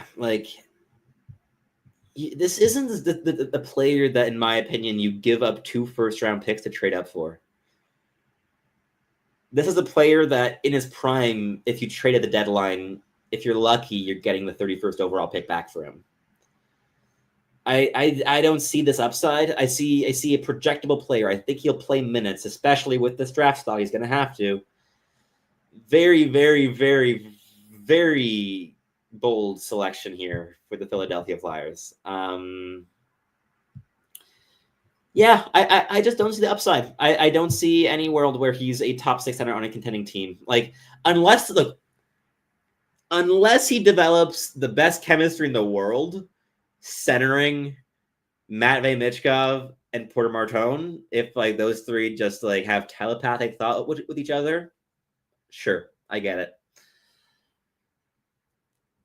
But unless you get that top 8% of potential possible outcomes, and I feel like I'm being generous with those numbers with that first line center valuation, I don't know, man. I don't know. Like, look, I love the Porter Martone pick. I think all the value you win from the Martone pick at 6, you lose here at 12 by moving these picks. Look, what helps for Philadelphia? You have 4 picks between 33rd and 48th. You got like almost a third of the picks in the first half of the second round. You'll get loads of talent there. They clearly had a guy, and they moved up for him. I don't see it, but they did it. Very, very interesting stuff here from the Philadelphia Flyers. But we now have the Detroit Red Wings on the clock. And my guess for this selection, look, in terms of what they've done in previous years, Carter Bear makes the most sense here. He's the guy that works incredibly hard. Oh, actually, no. Victor Eklund, maybe. Like those two guys in terms of elite intensity, like real standout intensity. And on top of that, also getting like game breaking abilities in the offensive zone. I think there's a lot to love there. I don't know. Like, yeah, like it's definitely still a lot of talent on the board. Like for me, you have my 5th overall player in Carter Bear, 7th overall in Victor Eklund, 8th overall in Jackson Smith, and then Justin Carbonneau at number 10. I think it's between Carbonneau, Bear, and Eklund. I would give the finale between those two, between Eklund and Carbonneau. I think it's going to be Justin Carbonneau. That's my guess here. At 13th overall, look, the Red Wings they've had a drafting pattern in recent seasons. They've been sticking to it very consistently. They need game breakers. They need elite upside. And you know who brings that? Justin Carbonneau. He's fantastic in terms of what he brings to the puck on a stick. The handling ability, the shot quality. He's a great skater. He's big. He's heavy. He's arrogant in a way that you kind of want players to be with the puck on their sticks in terms of trying things. And it's going to have to be reined in, certainly. Like, there's definitely things that need work. But of all the organizations to rein in a little bit of arrogance, a little bit of overconfidence, the Red Wings will be doing that. Stevie Y will be doing that. Yeah, I mean, I think there's so much value here compared to what the Philadelphia Flyers just did. They're at 12th overall. It's a pick. It's most certainly a pick. And look, we respect all draft picks here. And look, I'm very happy for Jack Nesbitt, the person here, in terms of, like, I'm talking from a team perspective, in terms of a value, in terms of a scout's perspective. In terms of a human perspective, everything I've heard about Jack Nesbitt has been glowing. I'm incredibly happy for him to be an Indigenous player being drafted this high up the draft order. Awesome to see. I want to see Carter Bear join him in that top 15 range now as well. But on the ice, I don't see the arguments that you can really gather for that kind of valuation at 12th overall.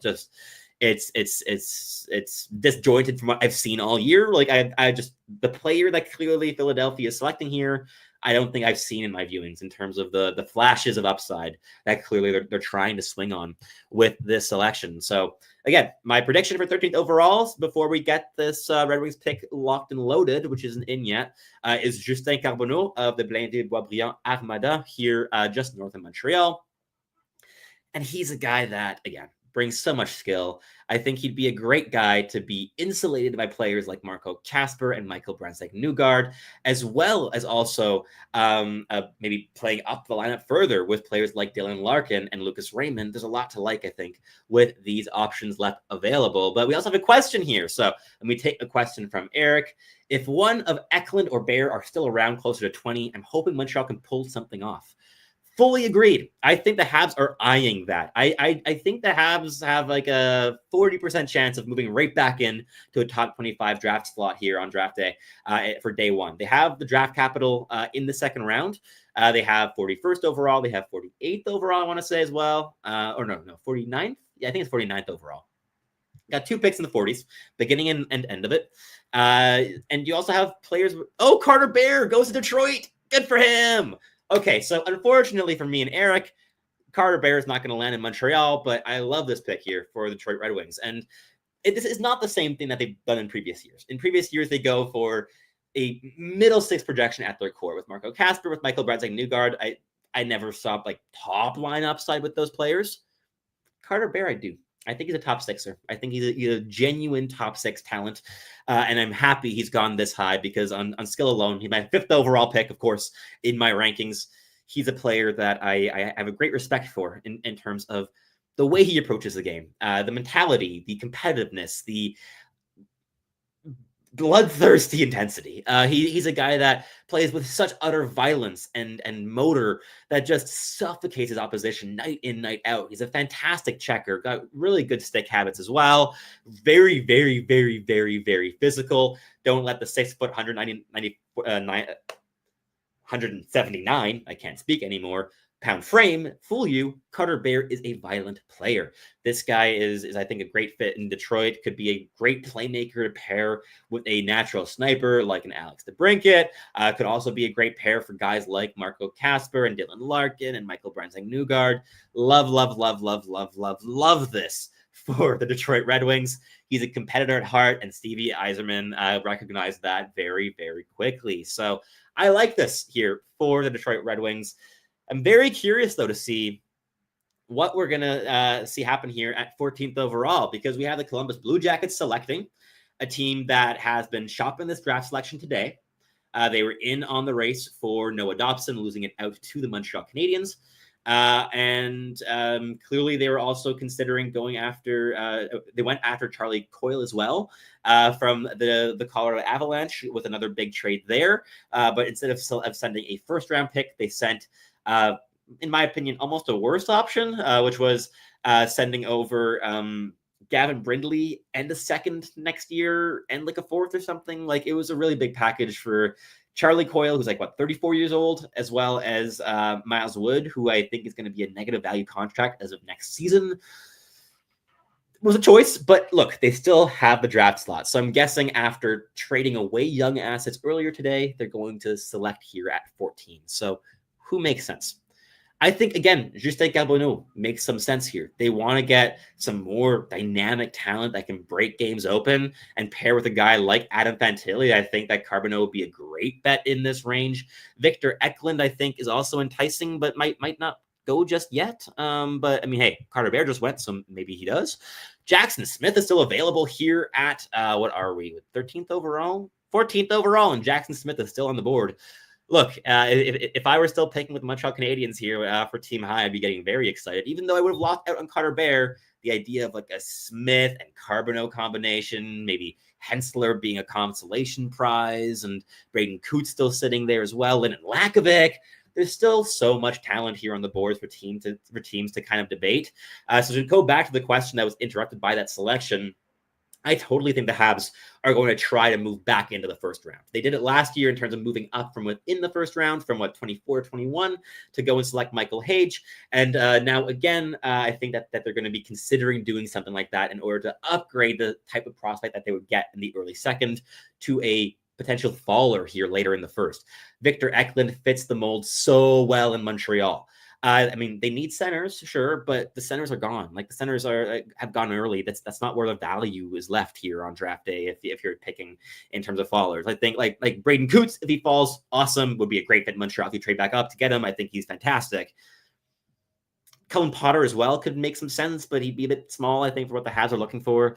It just has fallen off a little bit, especially now. I mean, Jack Nesbitt's off the board, and he was like the guy I was expecting to go into like the late teens as a reach rather than 12. We haven't even officially entered the teens when he went off the board, so that was bullish. So let me just put an X next to his name on my rankings to keep track of what's been happening here. But very excited to see here what happens with this selection coming up. Let's see if we've got a tweet confirming anything.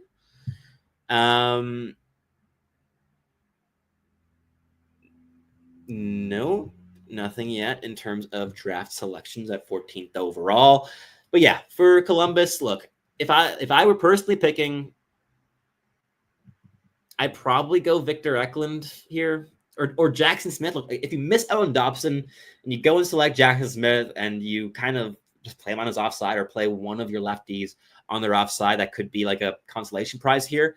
I think he's fantastic. I think Logan Hensler, look, they need right D. Logan Hensler, this is entirely his range. I think where he should go on draft day is 14 to 16. That's where we are. Yeah, I think Hensler's the most logical. Probably. I think Lakovic would be really fun. They love their big forwards. I'm going Hensler as my guess here. I think Hensler fits a need. I think that the right shot defense market is fresh on their minds. And this draft, it wasn't defensemen that went high yet again, just like last year. But this time it wasn't the wingers that went high. It was the centers that were just, I mean, hey, with Jack Nesbitt, you got nothing but centers here in the top 14. But let's see what happens here. I think that Hensler would be a nice fit in Columbus in terms of complementing players like Zach Werenski or Denton Matejchuk. I think he'd be a really complementary piece on either of their lines. Can match the skating ability, brings a bit more physicality defensively, good level of size. I think that he could be also maybe like channeled into a variety of directions in his development, whether it be a bit more offensively active or just physical, defensive, and just doubling down on that side of the game. I think there's a number of things that could make sense here. But yeah, my guess is going to be Logan Hensler, but any of Victor Eklund and Lyndon Lakovic and of course Justin Carbonneau make loads of sense, and Jackson Smith you could throw in too. So got options. I think Carbonneau. I would love seeing Carbonneau here. I think that would be a really shrewd selection at 14. But yeah, I think Hensler's so solid, man. Like I did another deep dive into Hensler's game for an Elite Prospects article that if you haven't checked it out yet and you have a subscription, go check it out. It was a pretty good deep dive, if I may say so myself, into what makes him stand out and the different elements in his game and how they evolved over the course of the season. It was very much like a chronological view a little bit at how these aspects kind of shifted from the first half to the second half. And it was a year of two halves for Logan Hensler.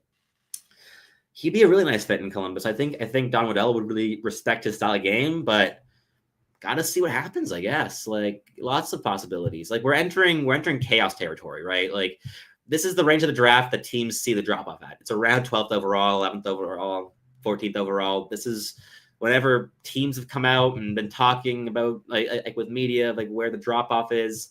It's always right in here. Yeah, so we've had one trade with Philadelphia moving up to select Jack Nesbitt, which was a choice, again, that I would not have made. But yeah, nothing else yet in terms of moves. Like no blockbuster trades beyond the Noah Dobson deal. That it hasn't even been like officially confirmed by the team. I don't even think so. I think it's still processing in terms of like the contract details. Maybe I don't think the Habs have made any statement of selecting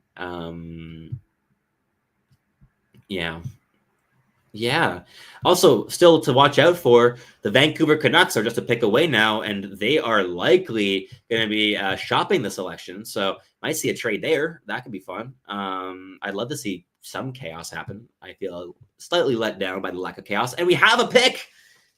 It's Jackson Smith. Great selection. Fantastic. You're just going value. Look, you don't worry about like what side he shoots. You're going for a player that shouldn't be available here, and Jackson Smith should not be available at 14th overall. He was 6th or 7th on our board at Elite Prospects at year's end, and he brings elite skating, 6'4", 200 pounds, suffocating rush defender. He can lay a big hit as well as just kill rushes in one fell swoop. On top of that, a lot of exploration of his offensive game towards the end of the season, and he did so with a lot of limitations, I would say, with his environment with Tri-City in the WHL. It was not a very good team, but he's going over to Penn State in the NCAA next season. I think college is a great level to challenge him. Decision-making, still some inconsistencies, not a perfect player, but in terms of raw tools and what he could become, he's the only defenseman in this year's draft class that I see having a reasonable shot, having a number one defenseman upside that's not named Matthew Schaefer. Like, he's not close to Matthew Schaefer in that likelihood, but he's the only other one that I see that being like 10% or more in terms of likelihood of happening. So I like this pick a lot for Columbus. Like, yeah, you're getting another left shot that might be slightly annoying if you're thinking of balancing your pairings in terms of shots. But look, you got Werenski, you've got Matejchuk, and now you have Smith. In terms of left shot defenders and depth and combining today's stars with tomorrow's, there's no better left shot defense pool in the entire National Hockey League today than that. I think in terms of where you project Matejchuk and Smith to be in 5 years' time, that's going to be disgusting. I think that's very exciting.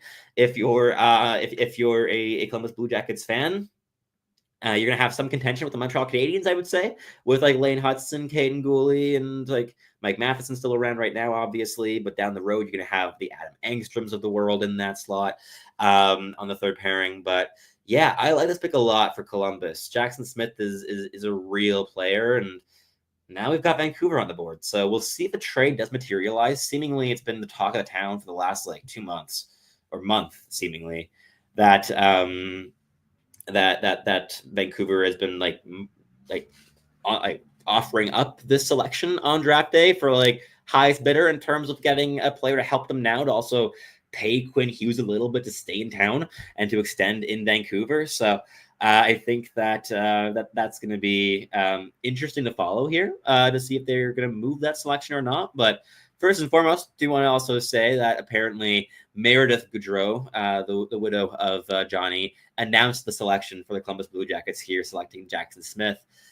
Goosebumps moments for Blue Jackets fans, Blue Jackets players, Blue Jackets staff, and of course Jackson Smith himself and Meredith. That's wow, yeah, that's a moment. And look, the draft is about special moments. So looking forward to seeing what Jackson Smith can do from this point onwards in his Columbus Blue Jackets career, off to a very emotional start in that sweater. But if Vancouver were to pick, who do they go? Braden Coots. They apparently really like Braden Coots, but Victor Eklund has fallen, so Victor Eklund's available. But you kind of need a center, so maybe you don't go Victor Eklund, and maybe you don't go Justin Carbonneau, and maybe you don't go Logan Hensler or Lyndon Lakovic, and at that point, you are kind of talking Braden Coots. I think if they hang on to this pick, Braden Coots is my guess. I think he makes sense in terms of mentality, in terms of leadership capabilities, in terms of motor and bite and skill and potential to boom in terms of offensive creation next season. He brings so much to the table. So definitely an exciting player. I think personally I'd be going for a winger, but if I'm picking in Vancouver's shoes and I'm picking here, yeah, I think like Braden Coots is the most sensible option in terms of what they need and what they need to convince, at least in terms of convincing like Quinn Hughes that you're building something that's going to be cohesive at the end of it. I think that drafting a center here makes a load of sense. And let's just say that Braden Coots, I think, is a better center to take in this range than Jack Nesbitt was at 12th overall.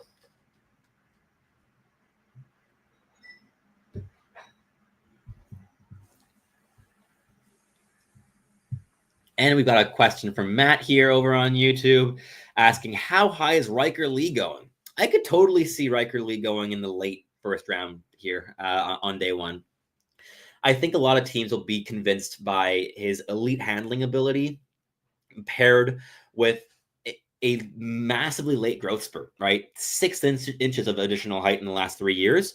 He's still getting used to his feet and he's still growing. Like he might end up at 6'2". Like that would be a really heavy kind of guy that could add elements of power things in his game as well. That would totally change the outlook for him too on draft day. So I think there's a lot to like with a player like Riker Lee, and I think that teams are going to agree. Whether it's a contending team like the Winnipeg Jets, whether it's a team like the I was gonna say Philadelphia Flyers, but do they even have a first round pick still?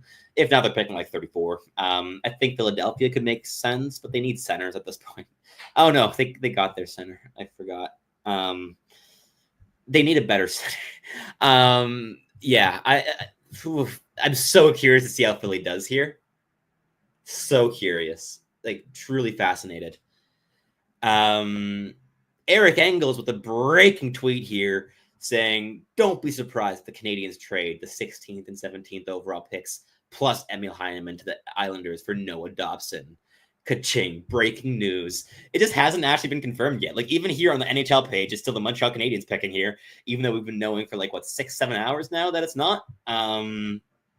Yeah, that's there's been a holdup there seemingly, but let's see what happens at 15. Again, Vancouver might be currently in trade discussions and moving the pick, but if they hang on, Braden Coots is probably the name I'd go for. As for why, okay, good question from Snow Komodo. Why did Victor Eklund not go higher? Could he fall a lot? I think with Eklund, Like, look, the ironic thing is Victor Eklund was a significantly, in my opinion, more important piece to Jurgen and IF to gaining promotion to the SHL this season than Anton Frondel was. Frondel went 3. Eklund is still there, right? He is more skilled in like raw skill and handling, playmaking, scoring combination. You take the average of the 3, Eklund's better. So middle driven, so hardworking. He is undersized, but he's such a playoff style player. So, I'm with you. I don't think he should have fallen this far. Like, he's my 7th overall guy, definitely my best player available at the stage, but also a guy like Justin Carbonneau, right? Like, this guy also has like just so much of an abundance of skill, but you kind of understand maybe why teams are avoiding him a bit more. Like, you have the elite tools, but maybe some more questions around whether it be attitude or selflessness on the ice. Maybe that's holding some teams back here from taking that swing, but Eklund would be fantastic value for the Vancouver Canucks. Like, I think he'd be great. They might go center here instead with Braden Coots. That's, again, my guess. But you got some real good options here at 15th overall, and it is Braden Coots. Braden Coots, the Vancouver Canucks at 15th overall. So look, if the Montreal Canadiens had held on to their picks, who would I have selected? Look, they got a right D. Logan Hensler still available. That's enticing. But you also have Victor Eklund and Justin Carbonneau. Very interesting. I will deliberate on who my picks would have been in these slots. But first, let's talk about Braden Coots, because great fit for the Vancouver Canucks. Hardworking, very high motor, intelligent, excellent handler. He brings so much versatility to the equation and just didn't have the surrounding talent to shine this season in Seattle. Like, he was carrying them offensively. He was doing so much of the hard work, the dirty work down low, the handling, trying to get to the middle of the ice, creating with dynamism. He's a guy whose offensive totals would have been closer to Benjamin Kindle's than a point a game, which is where he ended up this season. So I think in a different environment, he would be going higher than this as well. I think he would have gone above a player like Ben Kindle at 11th overall in a different environment, perhaps. But I think it's a great pick here for Vancouver. Again, I'd be going with a player like Victor Eklund, but a lot of the reasons I love Eklund, I also love in Coots. They're both a similar size at 6 feet, and like, look, Eklund's 169 pounds. With Coots, you have a bit more heft. He's 183. But these are both guys that can either play center or play wing. But they've been I think with Eklund, you have a pretty clear winger at this point. But he's falling, I think, because he's a winger. Centers are going high. He's a bit smaller. But even a bigger winger like Justin Carbonneau is falling, right? Like, in terms of natural wingers, they're all falling. And then Lakovic, falling. Justin Carbonneau, falling. Victor Eklund, falling. The guys that got picked are the ones that can play C, or at least have played C, have played center at some point. I think this is just a draft class of centers where teams are letting the wingers fall. And look, if I'm picking here, man, it would pain me to pass up on Logan Hensler. It would pain, because like the Habs just needed a right D. I think I would have gone with Victor Eklund and Logan Hensler, but leaving Carbonneau on the board, I don't know. This would have been tough for me. This would have been really tough to decide. I mean, look, nicely, the pressure isn't on me now for my team high selections, but yeah, like between those 3 players, there's not much separating them, I think, in terms of how they fit in with the Habs. You know what? I think I would continue the fall for Victor Eklund, sadly. I think I'd be going with Hensler and Carbonneau. I think with those two, you have real high-end value. With Carbonneau, you have that elite scoring upside. I don't think the Habs need as much of that checking ability, perhaps, in their top 6 that Eklund would provide. But he'd also be a great fit, right? Like, if you want that instead of the goal scoring, you can totally go for it. But I think that they would have gone for right D if they hadn't gotten Noah Dobson. I think that would have made sense. But look, we're living in fantasy land because the Montreal Canadiens completed that trade for Noah Dobson, of course. And the NHL has waited until now, apparently, to announce the trade officially of Noah Dobson to Montreal. It was apparently a bit of a complicated deal involving the sign and trade facilitated by the Islanders to get an 8th year on the board. Because, of course, if they would have dealt him to Montreal and then Montreal signed, would have not been eligible for an 8-year contract. It would only have been 7. But now there's a tweet from the Montreal Canadiens that was just made live. It's still loading for me, but it has been made. Oh, saying we're on the clock. Okay, fun. That's good humor. You got the Montreal Canadiens very much gloating of being on the clock because we definitely do not know what's happening here with this selection. The funniest thing that could possibly happen with them right now would be for them to go up to the podium and select somebody. That would be pure chaos, but that's not going to happen. Clearly, just going to take a couple more minutes here before the Habs officially deal these 2 picks to the New York Islanders. So we'll see who the Islanders pick. So let's brainstorm a little bit who the Isles will want in these slots because it might be a different thing.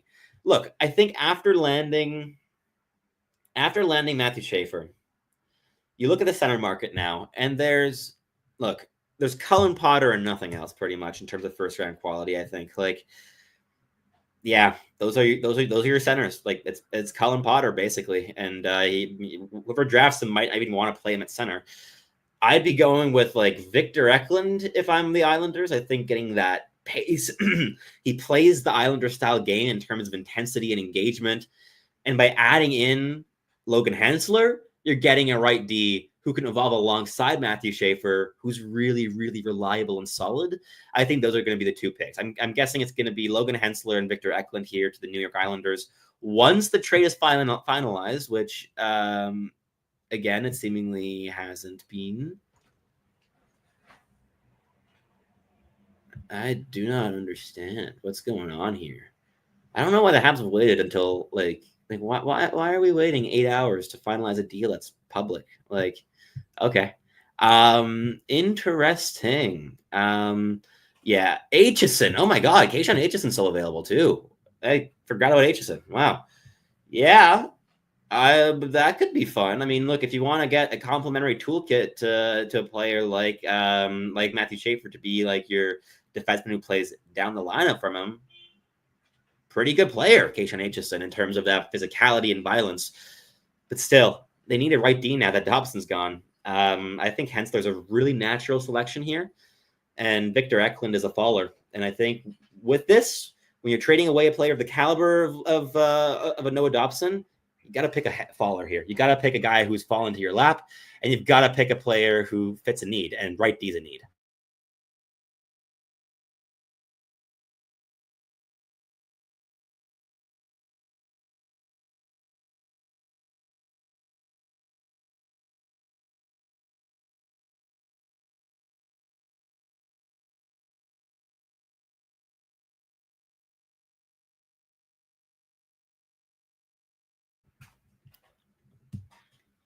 All right, let's see what happens here. I mean, again, we are awaiting confirmation, but we got some notifications.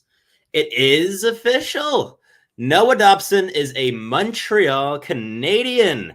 The trade is finalized. The extension is finalized. It is an 8-year contract at $9.5 million, which was reported. I see that the Habs put out a post saying that he's extended until 2033, but they haven't posted the number.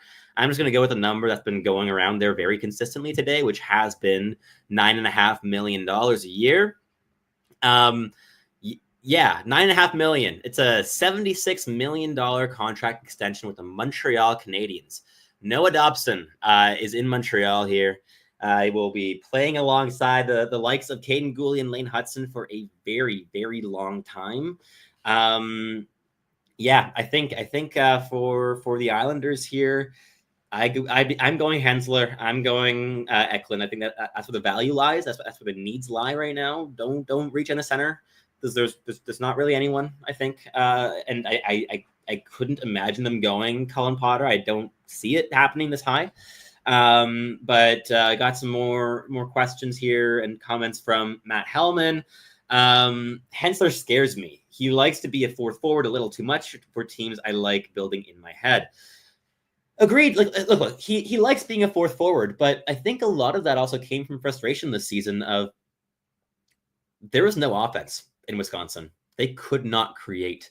so often when I saw him activating, it was later in games when they just needed to create something. And Hensler was the one that doesn't just try to put the team on his back to be aggressive and create something. And yeah, sometimes that came back to bite him. And the decision making is far from perfect. But he's a player that he reminds me of Noah Hannafin in a lot of ways, with the skating ability, how he uses his physicality, the defensive room to grow as well, between being drafted and making the NHL, I think is similar between those two.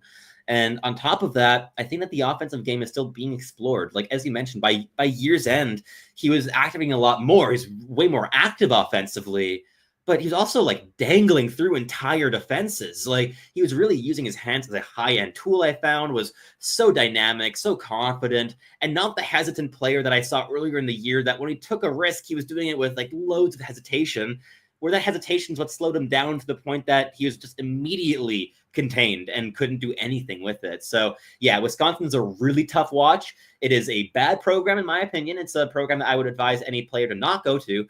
In terms of like high-end talents, I think that he would have done way better with a team like the University of Minnesota or like even UND, maybe either Boston, like university or college, like any of those programs, Michigan State, Michigan, like any of those have been great fits, I think, for Hensler. But I have not seen a prospect develop well in Wisconsin since Cole Caulfield. Like, it's been 5 years. Yeah, I don't know, man. Wow.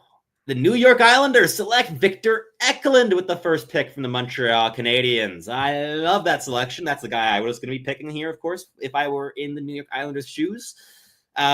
Great player, right? You got that motor. You got middle-driven intensity, loads of skill. He's a dynamic playmaker, dynamic puck handler, constantly ramping his effort energy up to like 110%. He's a guy that's just so refined, I think, in the details as well. He plays a real playoff style of game. I'm not just saying like, oh, he's a playoff style player. He's gone out and showed it against pro competition 2 years running. Like, a year ago, Jurgen was competing to gain promotion to the SHL. Heartbreakingly, they fell just short. You know who was playing that entire playoff run on a third line capacity? Victor Eklund as a D-1. And then this season, in his draft eligible campaign alongside Anton Frondel, he plays a massive role in getting them to the SHL next season. A very storied franchise with one of the more storied arenas in European hockey. Fantastic news. Look, if you're an Isles fan, look, yes, losing Noah Dobson hurts. I think there were better packages in the world that could have been had for Noah Dobson in different circumstances. I'm not saying better were available here today, but just seeing how, like, even comparing it to like the returns on like the Charlie Coyle trade today and the Brock Nelson trade at the deadline, where like you get like a first and like a first round prospect basically for a player that's like just significantly better, or worse, sorry, and older than a Noah Dobson, in my opinion. But look, it's a big contract. They have, they're spending money. They're taking a risk with Noah Dobson. Very calculated one. I think a very intelligent one, but a risk nonetheless. With the Islanders here, look, you're getting someone falling into your lap with Victor Eklund, who's going to be a top 6 forward in the NHL someday. You're getting dynamism. You're getting motor. You're getting that mentality, that effort. Can't go wrong here whatsoever. Great pick for the Islanders. I think if you want to kind of like look, either you go and you try to find like your B-Tech Dobson moving forward with Logan Hensler, because I think stylistically he is a B-Tech Dobson. He's got that game-breaking mobility as well. He's got physicality and size, a little bit less in terms of size. I think a bit more physicality, maybe, actually. And you got like defensively, you've got some good habits to build on, but still some consistency issues to work out, and some real flash of skill offensively as a right shot defenseman. I just think that whatever role Dobson is playing on a first pairing with the Islanders, Hensler will be playing in a second pairing with them in a couple years' time if they select him here. But otherwise, I'd love to see Justin Carbonneau in this slot. I think he'd be a great fit as well. Look, if you want to just double down on offensive talent, you can get Eklund and Carbonneau at 16, 17. That is great value on draft day, especially regarding like the Jack Nesbitt kind of level pick earlier. So like with that, like, look, you're doing great already with Eklund. It's found money, but I'm curious if it's going to be a player I'm not expecting. If it's going to be a player that's a bit more off the board, maybe a bit more like their guy Whether it's like a lack of it could be fun. Václav Nestershil, I would adore. I don't know. We've got options here for the Islanders. But again, I think, look, we now have an almost concluded trade here. We're a couple minutes away from having a completed trade package of that Dobson deal. So we've got Noah Dobson going to Montreal Canadiens for Emil Heineman, a fantastic bottom six checking winger with scoring upside. Victor Eklund, a fantastic top six checking winger with scoring upside. And who else? Who's the final piece of this puzzle for the New York Islanders? I'm very curious. If you have any predictions, please do leave a comment as well. Yeah. My guess here is Hensler. I think they go for the Dobson replacement. I think it makes sense. You're perfectly in his range. He won't last like another 2 or 3 picks, I don't think. So I think he makes loads of sense, and even just stylistically, very, very good. I've got a tweet here, though, from Cam Robinson that I want to read out to you. We're 2.5 hours in and halfway through the picks. This is why I'm ending this live stream right after this selection. This is the final selection of the live stream. I'm having a blast. My voice is gone. It's been 2.5 hours. Cam Robinson continues. The building is about 1/3 full of fans. The technology issues have been awkward and plentiful. Hard to see a way they can run this back again next year with a straight face. That's been kind of my feeling about this whole situation this entire time. It's felt very silly and kind of like owners wanting to spare the couple dollars of having to send their entire scouting staff to be in one location at one time at the end of the year. I don't know. I didn't really like the smell of kind of what was going around of why they changed that. But yeah, my 2 picks from Montreal Canadiens here would have been like, I thought like Justin Carbonneau and Logan Hensler, but like passing on Victor Eklund would have also torn my heart out. So I kind of just like gave up of that on that debate. But I think I did settle on Carbonneau and Hensler to go, because like they wouldn't have gotten Dobson, so you still need help on the right side of the defense. I think Hensler makes a lot of sense, and I think that the combination of local with Carbonneau, as well as more game-breaking tools offensively and size, may have been a difference maker. But I think that Victor Eklund would have been a fantastic, like genuinely fantastic fit in Montreal as well. I think fans would have complained about the size a little bit and been a bit annoying about that perhaps. But no, I think between those 3 players, you really couldn't have gone wrong. And even throw in Lyndon Lakovic. Like between those 4 guys, give me any 2 and I'm pretty happy. I think that those are they're all like, those are the last guys that were available from that tier that are still available now. That tier I have stretching between 5th overall and 16th. That was an absolute like hair pulling mission to kind of separate and rank. Like any of those guys, I'm pretty happy with. So yeah, I would have gone. I guess Carbonneau and Hensler at the time of the first pick, but now I think I'd be thinking more wanting to have also gotten a guy like Victor Eklund. So can't go wrong either way there. Any update on the picks?